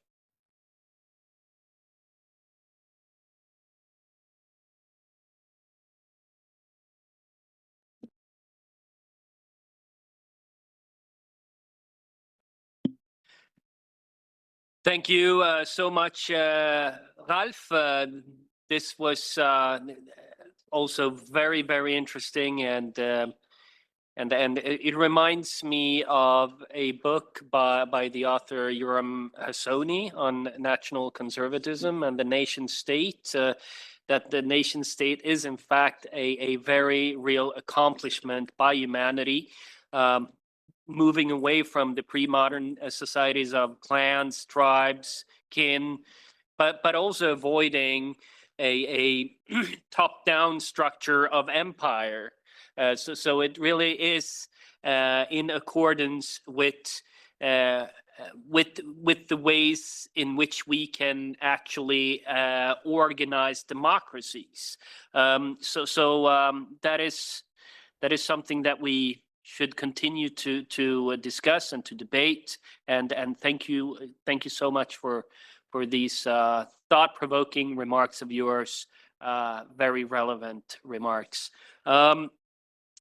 So the last speaker is Dr. Eoin Lenihan, Irish journalist and researcher. And Ireland has been named as potentially the first country in which civil strife could break out. And in some ways, you already see those tendencies. But we're very curious to hear what you have to say. So, Dr. Lenihan, the floor is yours. So good evening. It's an honor to be here.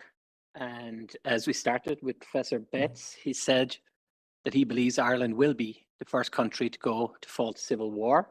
So maybe I can give you a sense of some of the dynamics that might prove him correct in the end. So let me begin with a story. 9 days before Christmas in 2023, fire services were scrambled to Killigeel House in the pastoral village of Roscahill in Connemara, a beautiful tourism spot in the west of Ireland. It was built in 1863 by an Anglo-Irish landlord, and the historic house was set ablaze after more than a week of protests, which saw locals barricade roadways to the house with felled trees, tractors, and so on.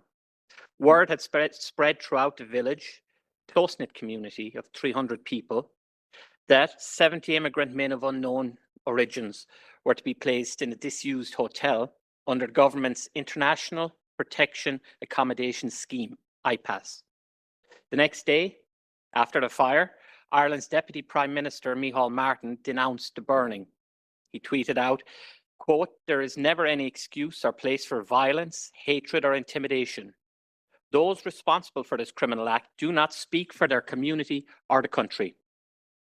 The Prime Minister at the time, Leo Varadkar, added, quote, "There is no justification for violence, arson, or vandalism in our republic, ever."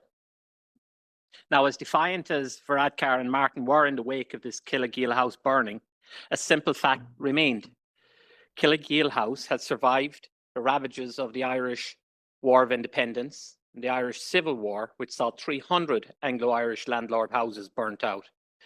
But it couldn't survive the first coalition government of Ireland's self-proclaimed centrist parties. And the idea with this fire, the idea that the Republic of Ireland could be plunged into a civil war was, for the first time in a century, a very real and distinct possibility, certainly for the first time in my life. So how do we get to this point? As of August 2024, there were at least 31 fires at proposed or rumoured IPAS centres across Ireland. Most of these were in Dublin, with the majority of the fires reported between 2023 and mid-2024. The escalation in arson at these sites was matched by the state in their use of violence to put down demonstrations close to centres. Tensions flared because the government enacted a no consultation and no veto policy of forcing large groups of mainly Arab and African men claiming refugee status into historic close-knit communities. Communities were left with no legal recourse, and it was not uncommon for buses of immigrants to arrive in the middle of the night and for communities to wake up with their demographics completely and utterly changed. The totalitarian and utterly undemocratic actions of Fianna Fáil and Fine Gael backed locals into a corner. And in some cases, that resulted in those locals taking desperate actions. Sadly, what ended up as a fiery standoff between the people and the state had begun as a touching moment of solidarity. In 2022, the Irish government offered the most generous social benefits in the EU to Ukrainians who are fleeing the war with Russia. For example, refugees were given a weekly stipend of €232 with accommodation and other benefits, which was the same as the job seekers rate for unemployed Irish people. Now, in comparison, Hungary offered €13.79 per week. Because of this extraordinarily generous offer, by January 2024, Ireland had welcomed more than 100,000 Ukrainian refugees fleeing the conflict. And we were accepting them at a rate 10 times the EU average throughout 2023. To accommodate these staggering numbers for a small island like Ireland, the state's apparatus or accommodation capabilities were completely overwhelmed. And so the government offered eye-wateringly lucrative contracts to private hoteliers to put these refugees up. Placing the refugees in hotels had a dramatic effect on communities along the western seaboard, where I come from, who are disproportionately dependent upon tourism for economic survival. As of February 2024, all of the top 10 towns or villages with the most Ukrainian refugees in Ireland were located in the western seaboard. The Irish Tourism Industry Confederation in 2022, at the end of 2022, estimated that 28% of all tourism beds outside of Dublin had been contracted by the government to house Ukrainians. And that same organisation estimated that €1 billion would be lost to the Irish tourism sector in 2023, which it was, and again in 2024. The extraordinary sums of money that were given to private hoteliers were such that by May 2024, a local paper, the Clare Echo, reported that private individuals were buying up properties in North Clare with the express interest of leasing them out to the government to the detriment of the wider local economy. When the government offered vast sums of tourism accommodation to tourism accommodation providers to give beds to asylum seekers, not only did they make those providers unimaginably wealthy overnight, but they deprived non-accommodation tourism providers of paying customers, thus killing the wider industry.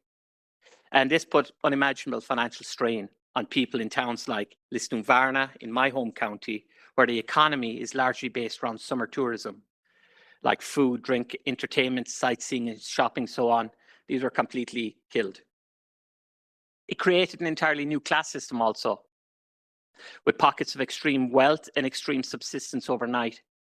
The dual shock of losing your livelihood and seeing accommodation providers, former neighbours, made arbitrarily wealthy, unimaginably wealthy, is a recipe for disaster and conflict in small communities. This was a pattern that had emerged across the country as a new class of hoteliers had become extremely powerful. And all of this at the expense of the Irish taxpayer. In total, in €2.1 billion was paid out to IPAS accommodation in 2023 alone. In May of 2023, the Irish Times, a national newspaper, reported that the government policy of using tourism accommodation to house refugees had cost 10,000 tourism jobs nationwide to that point. Clare's biggest town, again my home county, Innis, had lost 15.4 million in tourism income and 415 jobs. World famous Killarney, the jewel in the crown of Irish tourism, home to 2,575 Ukrainians, lost 100 million and 2,722 jobs. That's nearly as many Irish tourism jobs displaced as there were Ukrainians coming into the west of Ireland. Now, this isn't an attack on the Ukrainians, far from it. Despite the extraordinary sacrifices and the devastation to local tourism economies, Irish people were actually largely supportive of these measures. It was Ireland's Wearschaffen das moment. However, what started out with the best of intentions and a sense of national unity turned sour when locals realised that the Ukrainians were being cycled out of the private accommodation market, and the hotels which were promised to return to the communities along with their livelihoods were not returned. Instead, Arab and African men were cycled in. And with this change in policy came a strengthening in tone of no veto, no consultation from the state. And international protection centres began to burn. But this was a spark 20 years in the making. Ireland's Celtic Tiger boom, economic boom at the turn of the millennium, coincided with an explosion in bogus asylum claims, largely from Nigeria and other African nations. As early as 2005, Ireland's Justice Minister, Michael McDowell, admitted that 90% of asylum claims to that point were unfounded or fake. Yet no mass state-supervised deportations followed. By not deporting those who arrived into Ireland at the beginning of the millennium, the government set a precedent. Ireland was marked out as a soft touch, and fake asylum claims have risen exponentially over the past 25 years. So in 2017, there were just under 3,000 asylum claims in tiny Ireland, 4 million people in 2005. By 2023, there were more than 13,000. Absurdly, under political pressure in 2025, current Prime Minister, Micheál Martin, stated that in 2024, 65% of asylum applications were rejected in the first instance. This would rise significantly later on. And in January 2025, 80% of asylum applications were rejected. Again, no mass deportations have followed. Martin, the leader of the country, threw up his hands as though he and his party weren't responsible for this mess. And it is a mess. For 2 decades, successive Fianna Fáil and Fine Gael governments have claimed that Ireland's asylum system has been under control and that everyone entering the country was well vetted using fingerprinting and EU database cross-checking. This was exposed as a lie in January 2024 when Ireland's then Justice Minister Helen McEntee was confronted about her department's de facto open borders politics by several independent politicians. When she was pressed to make a statement on the verification process of asylum applications, she said, quote, "This is our Justice Minister. As a first step, all applicants are photographed and fingerprinted.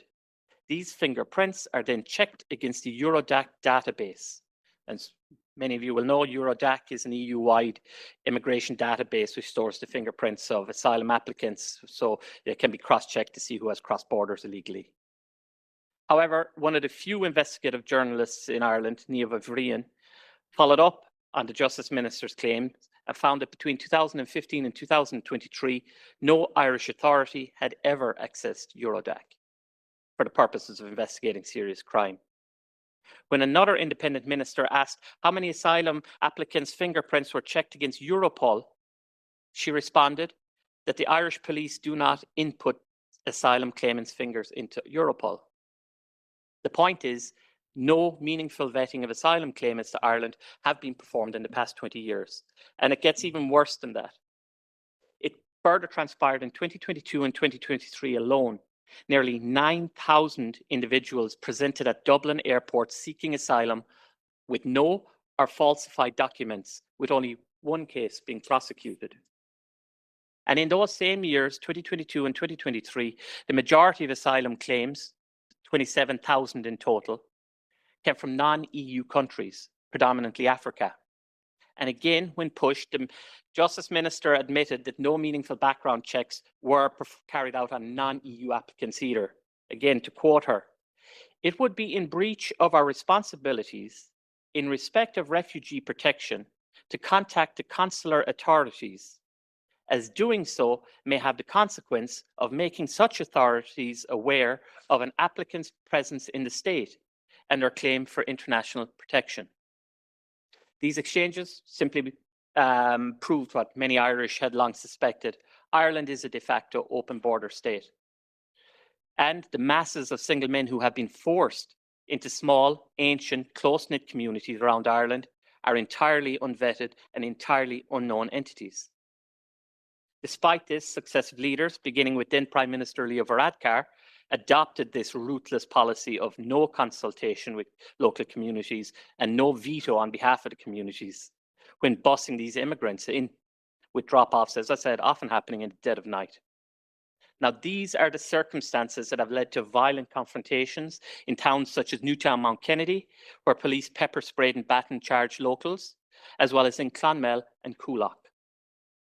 Most recently, before Christmas, a riot erupted outside of Ireland's largest asylum hotel in Dublin after a 10-year-old girl was allegedly raped by an African asylum seeker on the grounds of the hotel.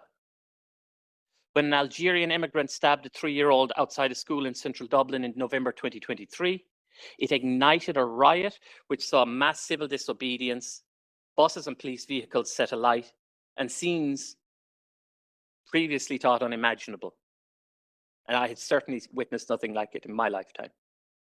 And that particular riot made news headlines around the world.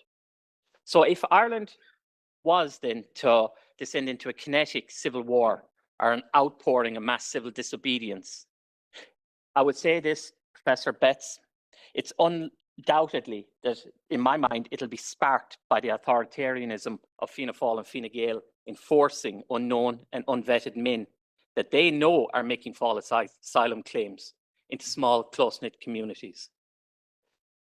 But there's other simmering issues also. Since the 1960s, the Irish economy has been focused on attracting foreign direct investment, largely from pharmaceutical and tech multinationals from the USA. Up until the mid-1990s, this worked relatively well. And by 1996, Ireland had achieved full employment. Rather than cool international investment at that point, the big two parties, again, self-proclaimed centrist Fianna Fáil and Fine Gael, ramped up foreign direct investment. A 12.5% corporation tax, significantly lower than our EU neighbours, was fully implemented in 2003, and that made Ireland an attractive base of operations for US multinationals looking to avoid paying non-US taxes.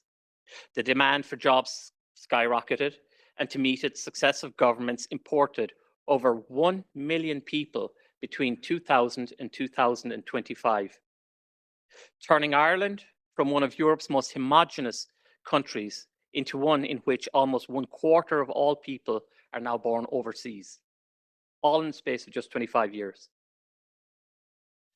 So one of the most critical effects this massive population explosion has had has been to lead to the worst housing crisis in the history of the state.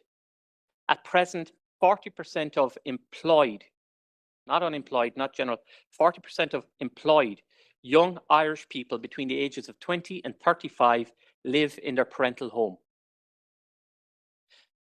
That's in stark contrast. So just to give you an example, in Germany and France, that number is 12% of young people living at home. And in Sweden, it's 2%. So 40% of Irish people are being forced to live at home despite working. As a May 2024 report by Eurofound reported that 61% of all young Irish people between the ages of 15 and 29 were either planning to migrate or wish to migrate to another country within 3 years. This is the highest figure for any EU nation.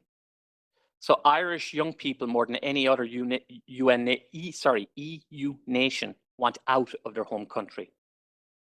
So added to this injustice that young people feel in not being able to afford a home is the fact that the government's poor handling of the FDI economy that is attracting multinationals, which the native population worker pool cannot service, has led to work visas being handed out to highly paid tech and health graduates from non-EU nations, largely India.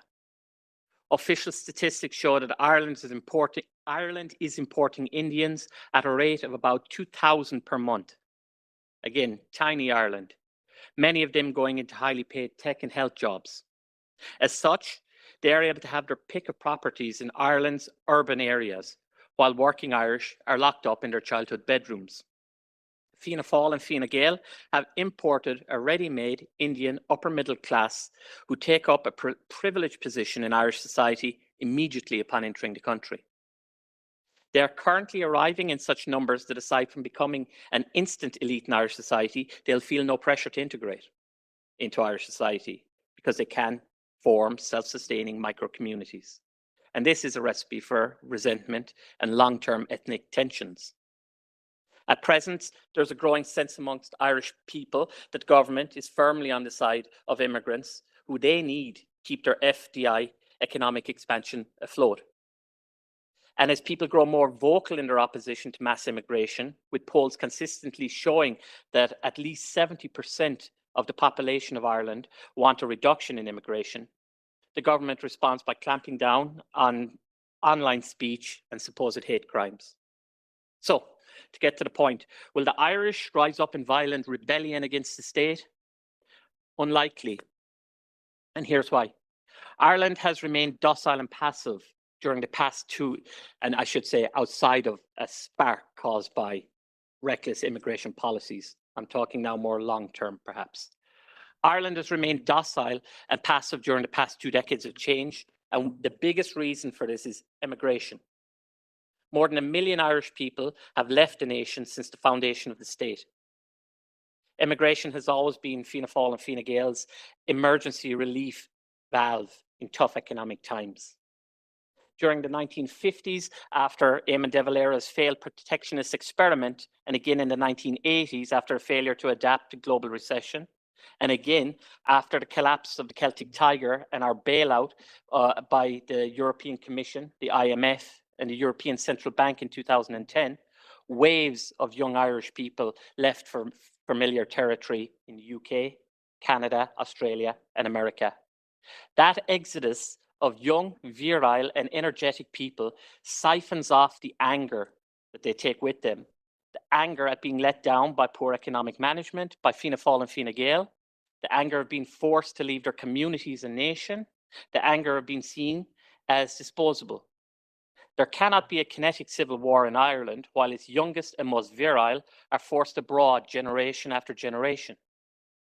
More importantly, there can also be no systematic change to the political ruling class when those who have been most betrayed by the big two in Irish politics, as well as Sinn Féin, who have offered no political opposition or an alternative vision for Ireland, are forced out of the country where they lose their right to vote and participate in the future of Ireland.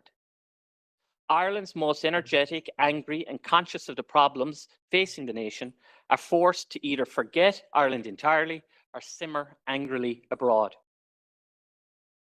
For a new Ireland to arise, the most angry must remain. Quite a task for a nation with centuries of emigration encoded into its psyche. As such, there will be, at least in the medium term, there'll be no grand romantic uprising. There'll be no reenactment of 1916. Instead, Ireland will have to endure what the rest of Western Europe has endured for the past number of decades. A steady rise in violent crime, sexual assault and murder, already evident in official data, and a breakdown in high trust communities. As the Irish government has made no effort to break up ethnic and religious groups when forcing them into small communities around the country, Ireland will have to endure inter-ethnic conflict related to drugs, gang, and social and economic discrepancies amongst integrated groups and between unintegrated groups and natives. In 25 short years, Ireland has followed the rest of Western Europe in making the same mistakes that they made in their initial waves of immigration policy decades ago. And so Ireland's social collapse, our path out, is linked to how other Western European nations also handle the issue. Step one, in my opinion, must be for Ireland to develop a strong populist right party and identity. What makes Ireland somewhat unique is the narrowness of our political axis, our left-right political axis. While opposition parties like Sinn Féin are explicit and determined socialists, the big two, Fianna Fáil and Fine Gael, have almost no ideological grounding. They are floating parties who shift to where the EU tells them to shift and where they see votes can be picked up at any given time at home. That ideological vacuousness has pulled them further and further left over the past 2 decades towards those like Sinn Féin with principles.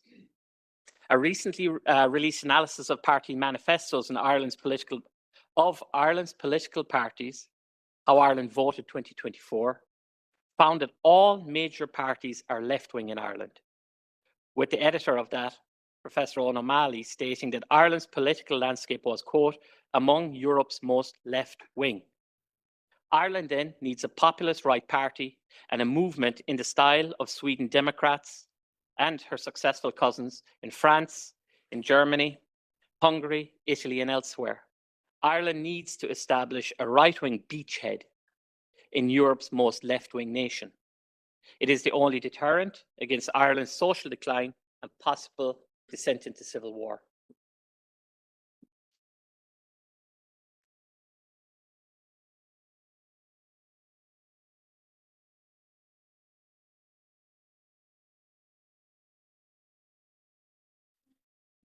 Thank you so much for those sobering words, Dr. Lenihan. I can imagine few places in Europe with such a lack of real political representation of the electorate as Ireland, maybe Wallonia, where there's no party right of center at all represented in Parliament. And that is indeed a democratic deficit. Now, we are turning towards reflections and questions and answers. So I thought I might as well start. I would like to turn to Professor Betz.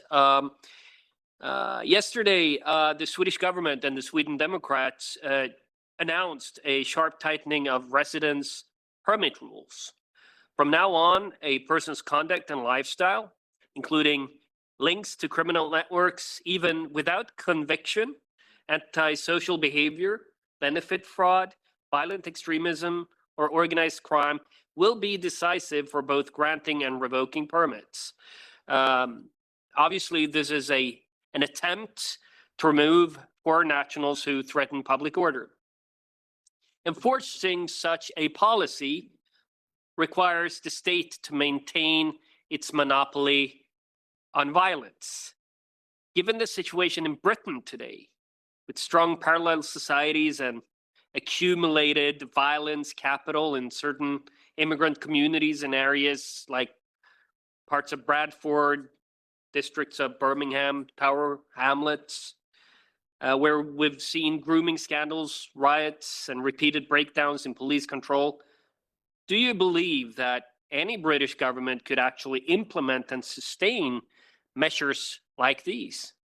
Or, as you've described in your analysis of feral cities and negotiated areas of police control in urban enclaves, will the state simply lose effective control in those zones and be unable to project power there? I think it's the latter. If I'm honest, why wouldn't I be honest? So I think it's the latter. I don't think that any of the established parties have any intention or capability of doing the things that you've described. For a while, I think people invested a great deal of hope in the possibility that Reform might be a party which would do such things, but I think you'd have to be extremely naive to believe that still.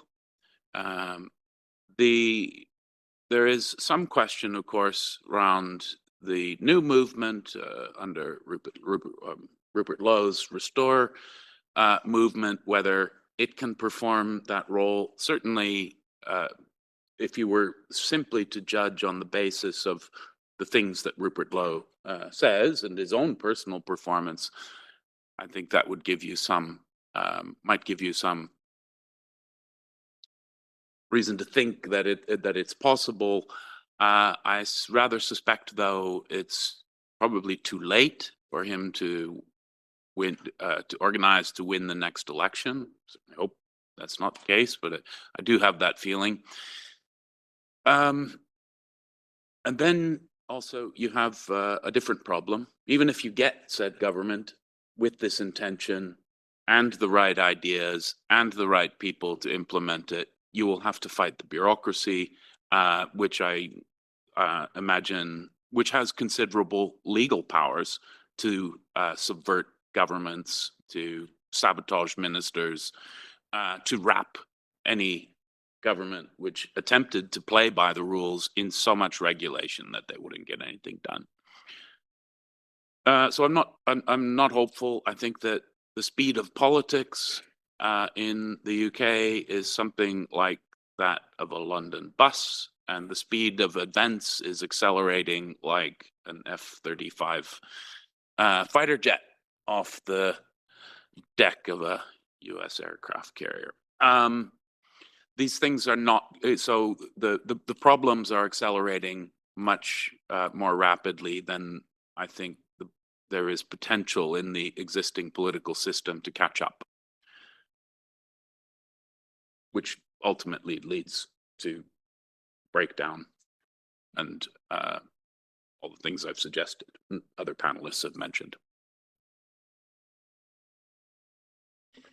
So we have a question from one of the attending MEPs, Mr. Fernand Kartheiser. Thank you very much. And I actually have a question to Dr. Betz and maybe also to Dr. Schoellhammer. The Marion Marechal in her introduction said that nowadays the civilization and the nationality are two different categories, but the armed services and the police, they recruit not on basis of civilization, but on basis of nationality. So the question may be, what is the composition nowadays of the armed forces or security forces in Europe, and how reliable would they be in case of, for instance, a conflict based on ethical reasons? So are there any studies on the composition of our security forces? And maybe also for Dr. Schoellhammer, I don't know whether we have still the force to be revolutionaries. I think you need young societies probably to be revolutionary, but there might be an additional reason, and that is if you want to be revolutionary, and that is the mass surveillance, the repression that is now more and more visible, and maybe also the fact that democracy is violated because the electoral results are either falsified or annulled if they are not taken into account properly, or they try to make a detour around the democracy, like in Germany with the Brandmauer, or that we also see here in the European Parliament, so that even if people vote for a certain kind of political parties, that their wish is simply not being taken into account. And there might be a dissatisfaction with the betrayal of democracy. Thank you very much.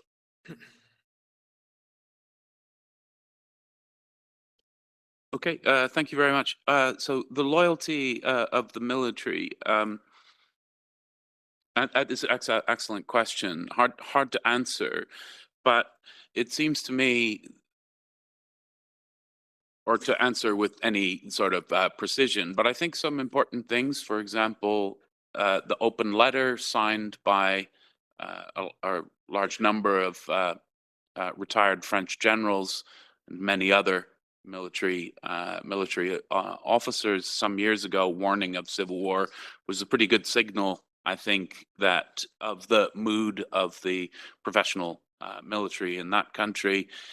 In Germany, there have been open fears since 2017 about right-wing radicalization in military and police, particularly in the top tier military units. I'm sure probably Ralph knows more about that than I see a few people nodding in the room, actually, so it's not exactly new information I'm saying. In Britain, I think the authorities are much more circumspect on this, but there has been a certain amount of expressed anxiety, both at the within the ministry by uniformed officials, but also by ministers about perceived radicalization of service members. I think it's very important, and Britain's the case I know best, and I think it's very important that British Army's DNA is the regimental system is practically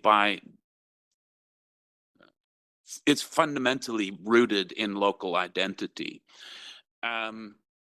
which is why during the Northern Ireland Troubles, the army took care not to deploy Irish regiments into Northern Ireland.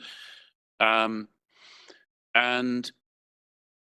so I think that I think there are good reasons to be cautious.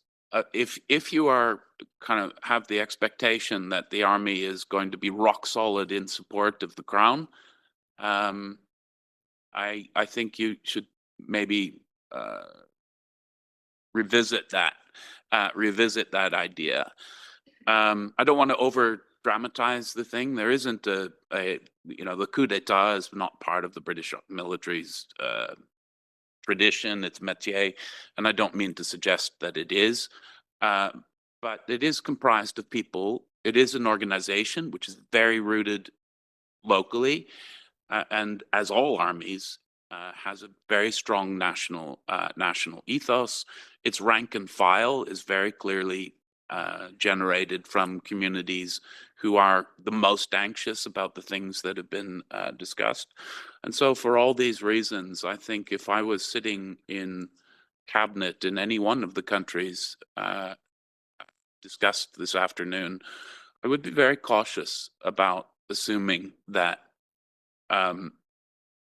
that lever of power was actually one that you could pull with expectation that it would work to your benefit. It might just do nothing. That would be my strong suspicion, is that it would probably back out. This is a fantastic question. I'm very glad to answer it, and I have a twofold reply to it. And I'm very happy you brought it up. One is it depends on the kind of the military. If it's a professional military, I would argue you have some kind of self-selection. So usually only people who have a certain nationalist sentiment or affinity for their country would join a voluntary military, a professional military. With conscription, given the demographic trends, it would be different. However, I think what then could come into place, I mean, I think it was Lenin who once said that if the Germans want to storm a train station, they first buy a ticket. But I think there is another historical parallel that offers itself. When we talk about the end of the Soviet Union, right, it was not, for the most part, not mass revolution, but one key ingredient, something that David and I talked about earlier this day, was after the Soviet invasion of Afghanistan, and kind of once you had the first casualties, it was particularly mothers in Moscow and St. Petersburg who kind of mobilized against the government. So if you would have a situation, let's say in Germany or Austria, where you have migration into the welfare state, but the actual, native, so to speak, men have to go to the military and potentially to war, I don't think it would take many casualties for this very crucial mass, women over 40, or the mothers, basically, for them to say, this is no longer working for us. I think this is, when it comes, not every revolution is different from another. So there's the kind of the French kind where it's different. But I think in Europe, it would be carried by the middle class, and probably parts of the middle class that are over 40. I completely agree with you. It would not be the young people. But if we just run the pure numbers, there are still enough young people around as well. And if I'm a young man, as I described it before, I'm 18 years old, I go to a school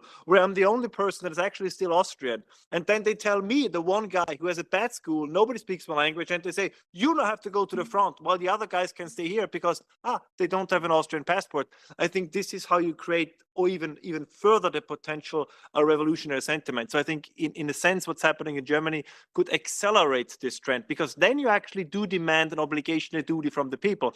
And then you can no longer say, oh, we're all the same, because some have to serve, others don't. And if this divide then also happens to overlap with, well, those who don't are the non-passport holders, but the majority of the welfare state recipients, then I think this sense of unfairness and disproportionality, I think, will make, however then it will play out, but like the quasi-revolutionary sentiment even more likely. Christine Anderson. Yeah, thank you, Charlie, and Marion for organizing this event. It was very enlightening, I have to say. I especially liked the report of Mr. Schoellhammer. It was so refreshing to hear you just come out and say, yes, I'm a nationalist, so what? And explaining it's because I love my country. That doesn't mean I hate other countries. Exactly. But also your analogy, it doesn't mean if I say I love my mother, to say I love my mother doesn't mean I hate all other mothers. I usually make it even more impactful by saying, how can you fault a mother for loving her own children more than other children? No, of course not. If that weren't the case, then we would have been extinct a long time ago. If the mothers didn't love their own children more than any other children, that doesn't mean that she hates other children. But if it comes to her kids, they come first, point blank. So having said that, I'm a little, I mean, it's rather, tragic to hear, about all this. We kind of all know what's coming. So what I'm really interested in, or what I would like to know your perspective on that. So we have societies, and you pointed that out. The people have no democratic recourse anymore. They aren't being asked. They're just, being dealt whatever blow. So if, especially in a democracy, if the people are left with no democratic recourse, so if elections no longer bring about change, what are the people actually left with? So in essence, the only way they are left with would be to rebel and somehow erupt in a civil war. However, at this point, I kind of fail to see that happening. What I see happening is more along the lines, considering that we have imported millions and millions and millions of people. To them, it's not about having a green or a blue or a yellow jacket. It's about having the jacket at all. Meaning they will take whatever they think is coming to them, they will take it by force. So as long as we as societies are still somewhat managing to keeping them satisfied, feed them, clothe them, do whatever. But once that breaks away, and given the situation, inflation, it was all outlined, energy prices are exploding, cost of living are rising. Once our societies and taxpayer base breaks away, once we are no longer capable of keeping them somewhat happy, clothed, fed, whatever, I see them erupting, taking what is theirs. And we also, I think, might have a historic example in former Yugoslavia. Yugoslavia was only capable of functioning with the different ethnic groups and, you know, all pressed together because it was a strong, authoritarian, totalitarian state. So is that the ultimate goal of what they're trying to achieve here? Flood the countries with these all kinds of foreigners, that they have to erect this authoritarian, totalitarian state. So I would really like to kind of pick your brains on that, how you see that evolving and coming about. Thank you. To your first point, I think Ireland provides a very timely answer to what happens when the government does act with impunity, when you do push the citizens back to the wall and you give them no out. So I would say that in Ireland now, there's a very clear understanding, a very clear line has been drawn just around this one area. This is the area that has the greatest potential for explosiveness, for immediate civil unrest. And the line is very, very clear now. That Rubicon has been crossed, that we now know what will happen if the government around this area of migration does continue to force unvetted males into small communities. We've seen the pattern repeated over 31 times. So I think that's our new baseline in this specific niche. And then, of course, we're talking then wider multiple factors in a medium to long-term societal breakdown, which is another more complex question. But I think we could take from the Irish context that this is now the new rules. If you push people's backs to the wall, if you act in an authoritarian manner, many people will feel that they're justified, that they have no other recourse but to resort to violence. And it just, to me, shows up, you know, we do live in an absurd time. We do live in a very odd time where governments have been emboldened to steamroll through like this. They don't, what we've heard today in other European countries as well, there is no sense that the government works for the people. There's very much a sense that you're going to get with our agenda and our program, or we're going to drive out over you. And when you employ this is the absurdity of parties like SPD, CDU, or Fianna Fáil, Fine Gael, claiming to be the sensible middle ground. This is such an anti-democratic, extremist position to take, anti-democratic position to take, and yet it's somehow normalized. But a line has been drawn in the Irish context.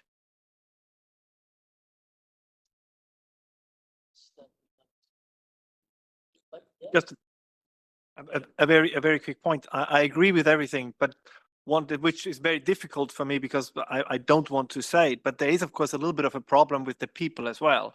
What I mean by this is Austria is a bit of an exception. If you believe current polls, that it looks like the Freedom Party is up to 38-40%. So that gets close to actually having a majority. But if you look at other countries, it very often is the case that the positions and the things we discuss here, I believe that if you would put them into a questionnaire and put it to the people, 80% would agree. But then they go to the elections, and as Eoin said, then they vote for the SPD, the CDU, because like no, this one time I'm sure that now they have seen the error of their ways, and now they will do it differently. And this is a bit the problem. I believe this is then also a matter of how to campaign. And at the end of the day, we're moving closer and closer, where people have a binary choice. So you can either vote for the terrifying right that is willing to actually turn the ship around, or you vote for the parties that say full head of steam into the iceberg. And I think this has to be the argument. The reason why I support whether it's the Sweden Democrats or whether it's the AFD or the FPÖ is not necessarily because I agree 100% with all their positions, but it is they are parties that want to operate within the existing system. Right? They want to operate within a democracy. If they fail, a term that I learned from you, David, at some point you will have an expectation gap where people will say, if you cannot, like if these parties are either never allowed to be in power, or if when they are in power, they get sabotaged and they cannot actually change anything, at some point, 51, 60% of the people will say, you know what, this whole democracy is not thing is not working for me. Let's try something completely different. So if I would run a campaign for these parties, I would say, listen, we are not the threat to democracy. We are the last thing that separates democracy from whatever then comes afterwards. Very quickly, I agree with what was said there, so I don't need to repeat my version of it. But I would want to add one element, which is that theory would suggest that from the government perspective, there is an incentive to accelerate migration at this point, because there is a kind of paradoxical stability that comes from a very fractured society where no single group has the ability to form a mass movement. I don't think that that's going to work. I think our situation is one where people became aware of what was happening earlier than would have been, if you look at it from the opposite side, would have been preferable.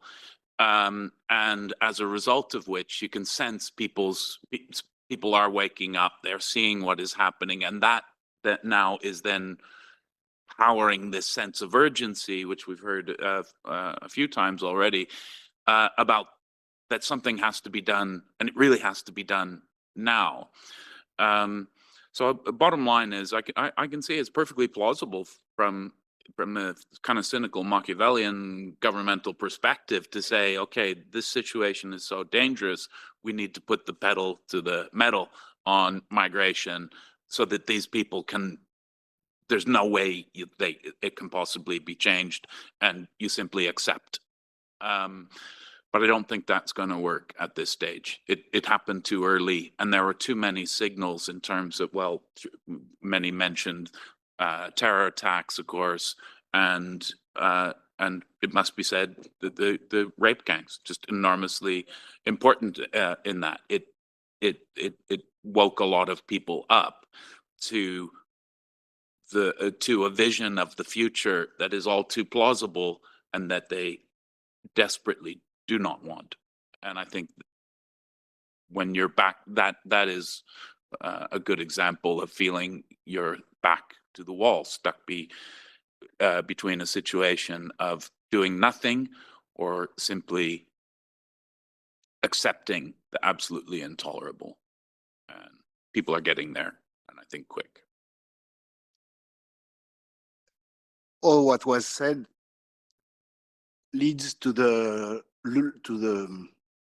lose of confidence in the system by the population. So first they lose confidence, they lose trust in the politicians, and eventually in the institutions. So this is going on in France, more slowly or not, depending on the situations. And I have two quick examples. One, last year we made, in my think tank, we made a poll towards mayors about their expectations regarding security 1 year before the mayor's elections. And we expected that they would want more money, more gear for the local cops and everything. But the first item that came out was they wanted to be partners of the state in decisions of allocating migrants all around France. They didn't want to discover one morning that a train would come or a bus with 30 guys, no women, and that they had to deal with these 30 guys within 15 minutes with no heads up before. And it always ends the same way. Either they go to hotels, which leads us to the Irish situation, or which is more French, they put them in the sports areas. So all the school young French boys or girls who want to go to their sport lessons, they cannot go anymore because the migrants go to the gymnasium for 2, 3, 4 months, staying there, waiting for solutions. So this is an expectation. The first that came out, we want to be, we want the state to consult us before just sending us the migrants. And the second example is very enlightening. And during the 2023 riots in France, I discovered afterwards, I followed that. I mean, I had like 100 WhatsApp groups.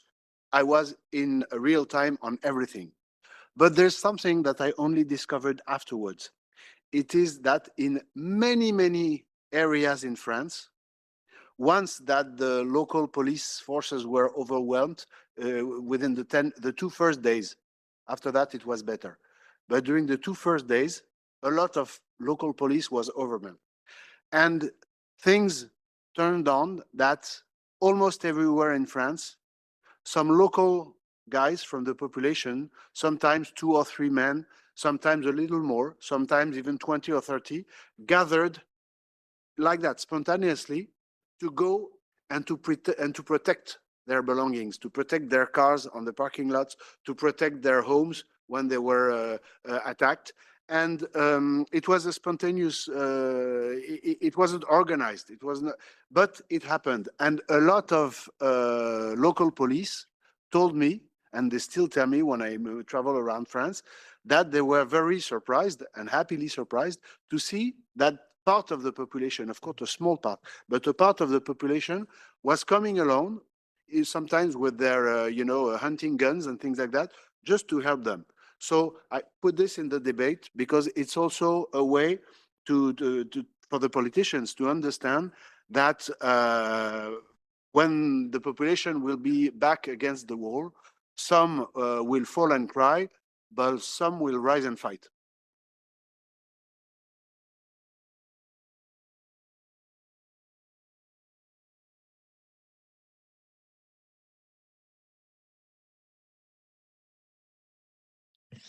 Bon, je crois qu'il est dorénavant temps de conclure ce colloque passionnant. Merci à tous nos intervenants pour leurs éclairages respectifs. Alors, il y a beaucoup de questions qui restent en suspens et nous aurons certainement l'occasion d'y revenir à d'autres occasions. Mais simplement, voilà, face à ce diagnostic qui a été fait, qui recoupe d'ailleurs une étude qu'a réalisée et publiée notre fondation ECR sur les fameuses zones de non-droit, les no-go zones, qui décrivent le mécanisme de sociétés parallèles qui sont en sécession culturelle et qui échappent à l'autorité de l'État. Cette étude a un mérite important puisqu'elle démontre que le facteur de la pauvreté n'est pas le facteur unique et encore moins le facteur déterminant. Cette étude montre que parmi les 2 paramètres qui sont bien souvent à l'origine du développement de ces no-go zones, il y a l'immigration et il y a l'islamisation. Et donc je voulais conclure sur le plan politique pour dire finalement que derrière ce risque de la guerre civile, il y a d'abord et avant tout la question de la démographie, la question de la loi du nombre, qui est évidemment un des facteurs déterminants et que si cette trajectoire du nombre et de l'importation massive de populations étrangères à faible niveau socio-professionnel de pays islamiques se poursuit, évidemment, le schéma qui se dessine, je pense qu'il a été bien identifié, c'est demain de voir des nations européennes qui sont livrées à la fameuse narco-tyrannie et qui deviendraient des califats islamiques, une fois de plus, par la loi du nombre. Et que c'est parce que des populations résisteront ou tenteront de résister, évidemment, à cette nouvelle définition de la société qu'il y a un risque de fait de guerre civile. Mais que néanmoins, une fois cela est dit, entre la situation qui est la nôtre aujourd'hui et demain la perspective de pays européens qui deviendraient des narco-tyrannies et des califats, eh bien, il y a une chose entre ces deux choses, c'est nous. Nous, c'est-à-dire la volonté politique. Et c'est la volonté politique qui peut contrarier cette trajectoire qui n'est pas une fatalité, qui n'est pas inéluctable, parce que la volonté d'un homme bien réalisé au bon moment peut changer l'histoire. Voilà. Et donc, je souhaitais conclure en disant que si ce risque, il est identifié et il existe, il n'est néanmoins pas une fatalité et que fort heureusement, il y a de plus en plus de responsables politiques tels que nous et d'autres qui ont conscience du problème et ont la ferme volonté d'endiguer ce risque et d'apporter une solution pour que nos sociétés redeviennent des sociétés harmonieuses, paisibles et tout simplement, évidemment, heureuses. Et donc, c'était un petit mot d'optimisme pour finalement clore ce sujet.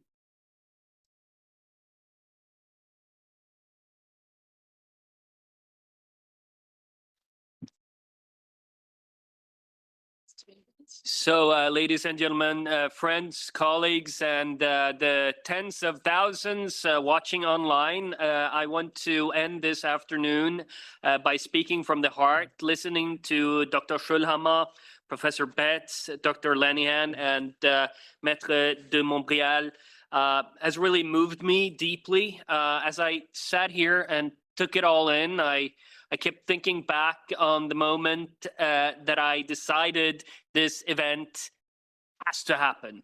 It was when I listened to you, Dr. Betz, on Louise Perry's podcast.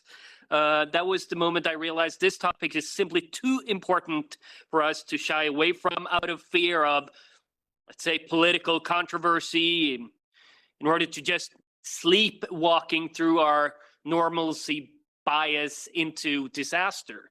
For me, the most valuable thing about today is that we finally had the courage to discuss these difficult realities openly and honestly without euphemisms. That straightforward conversation leaves me feeling, believe it or not, genuinely hopeful. I see it in the polling numbers across Europe. I see it in the fact that young people in France, in Sweden, in Austria are no longer willing to stay silent. The ballot box is still open. The democratic reset is still possible. And history doesn't only go from 1788 to 1789. Sometimes it goes from 1788 to a peaceful, decisive turning point where society chooses the correct course before it's too late. Ralph spoke about our parties around Europe being the last hope for democracy. And I sometimes think of a quote attributed to Louis XV, France, après moi le déluge, after me the deluge. And this is the message I sometimes want to throw in the face to social democrats and liberals. You know, if we fail, just imagine what comes after us. We're doing our best. We're the best hope for this free, democratic, and Western society. And I want to say that it's not too late. Europe has not yet fallen. We are not powerless, and we're just in time. The storm clouds are real, but so is the wind that can blow them away. And I, for one, I am filled with a stubborn confidence that my children and grandchildren have a future in this Europe. And I will fight for it every day that I step up. To all of you who came here today and to all of the speakers, thank you from the bottom of my heart for your courage and your clarity. And thanks to the audience for staying until the end. It's been a long seminar. I'm biased, I know, but it's been one of the most interesting seminars I've been to. during my political life, I must say, and especially in this building.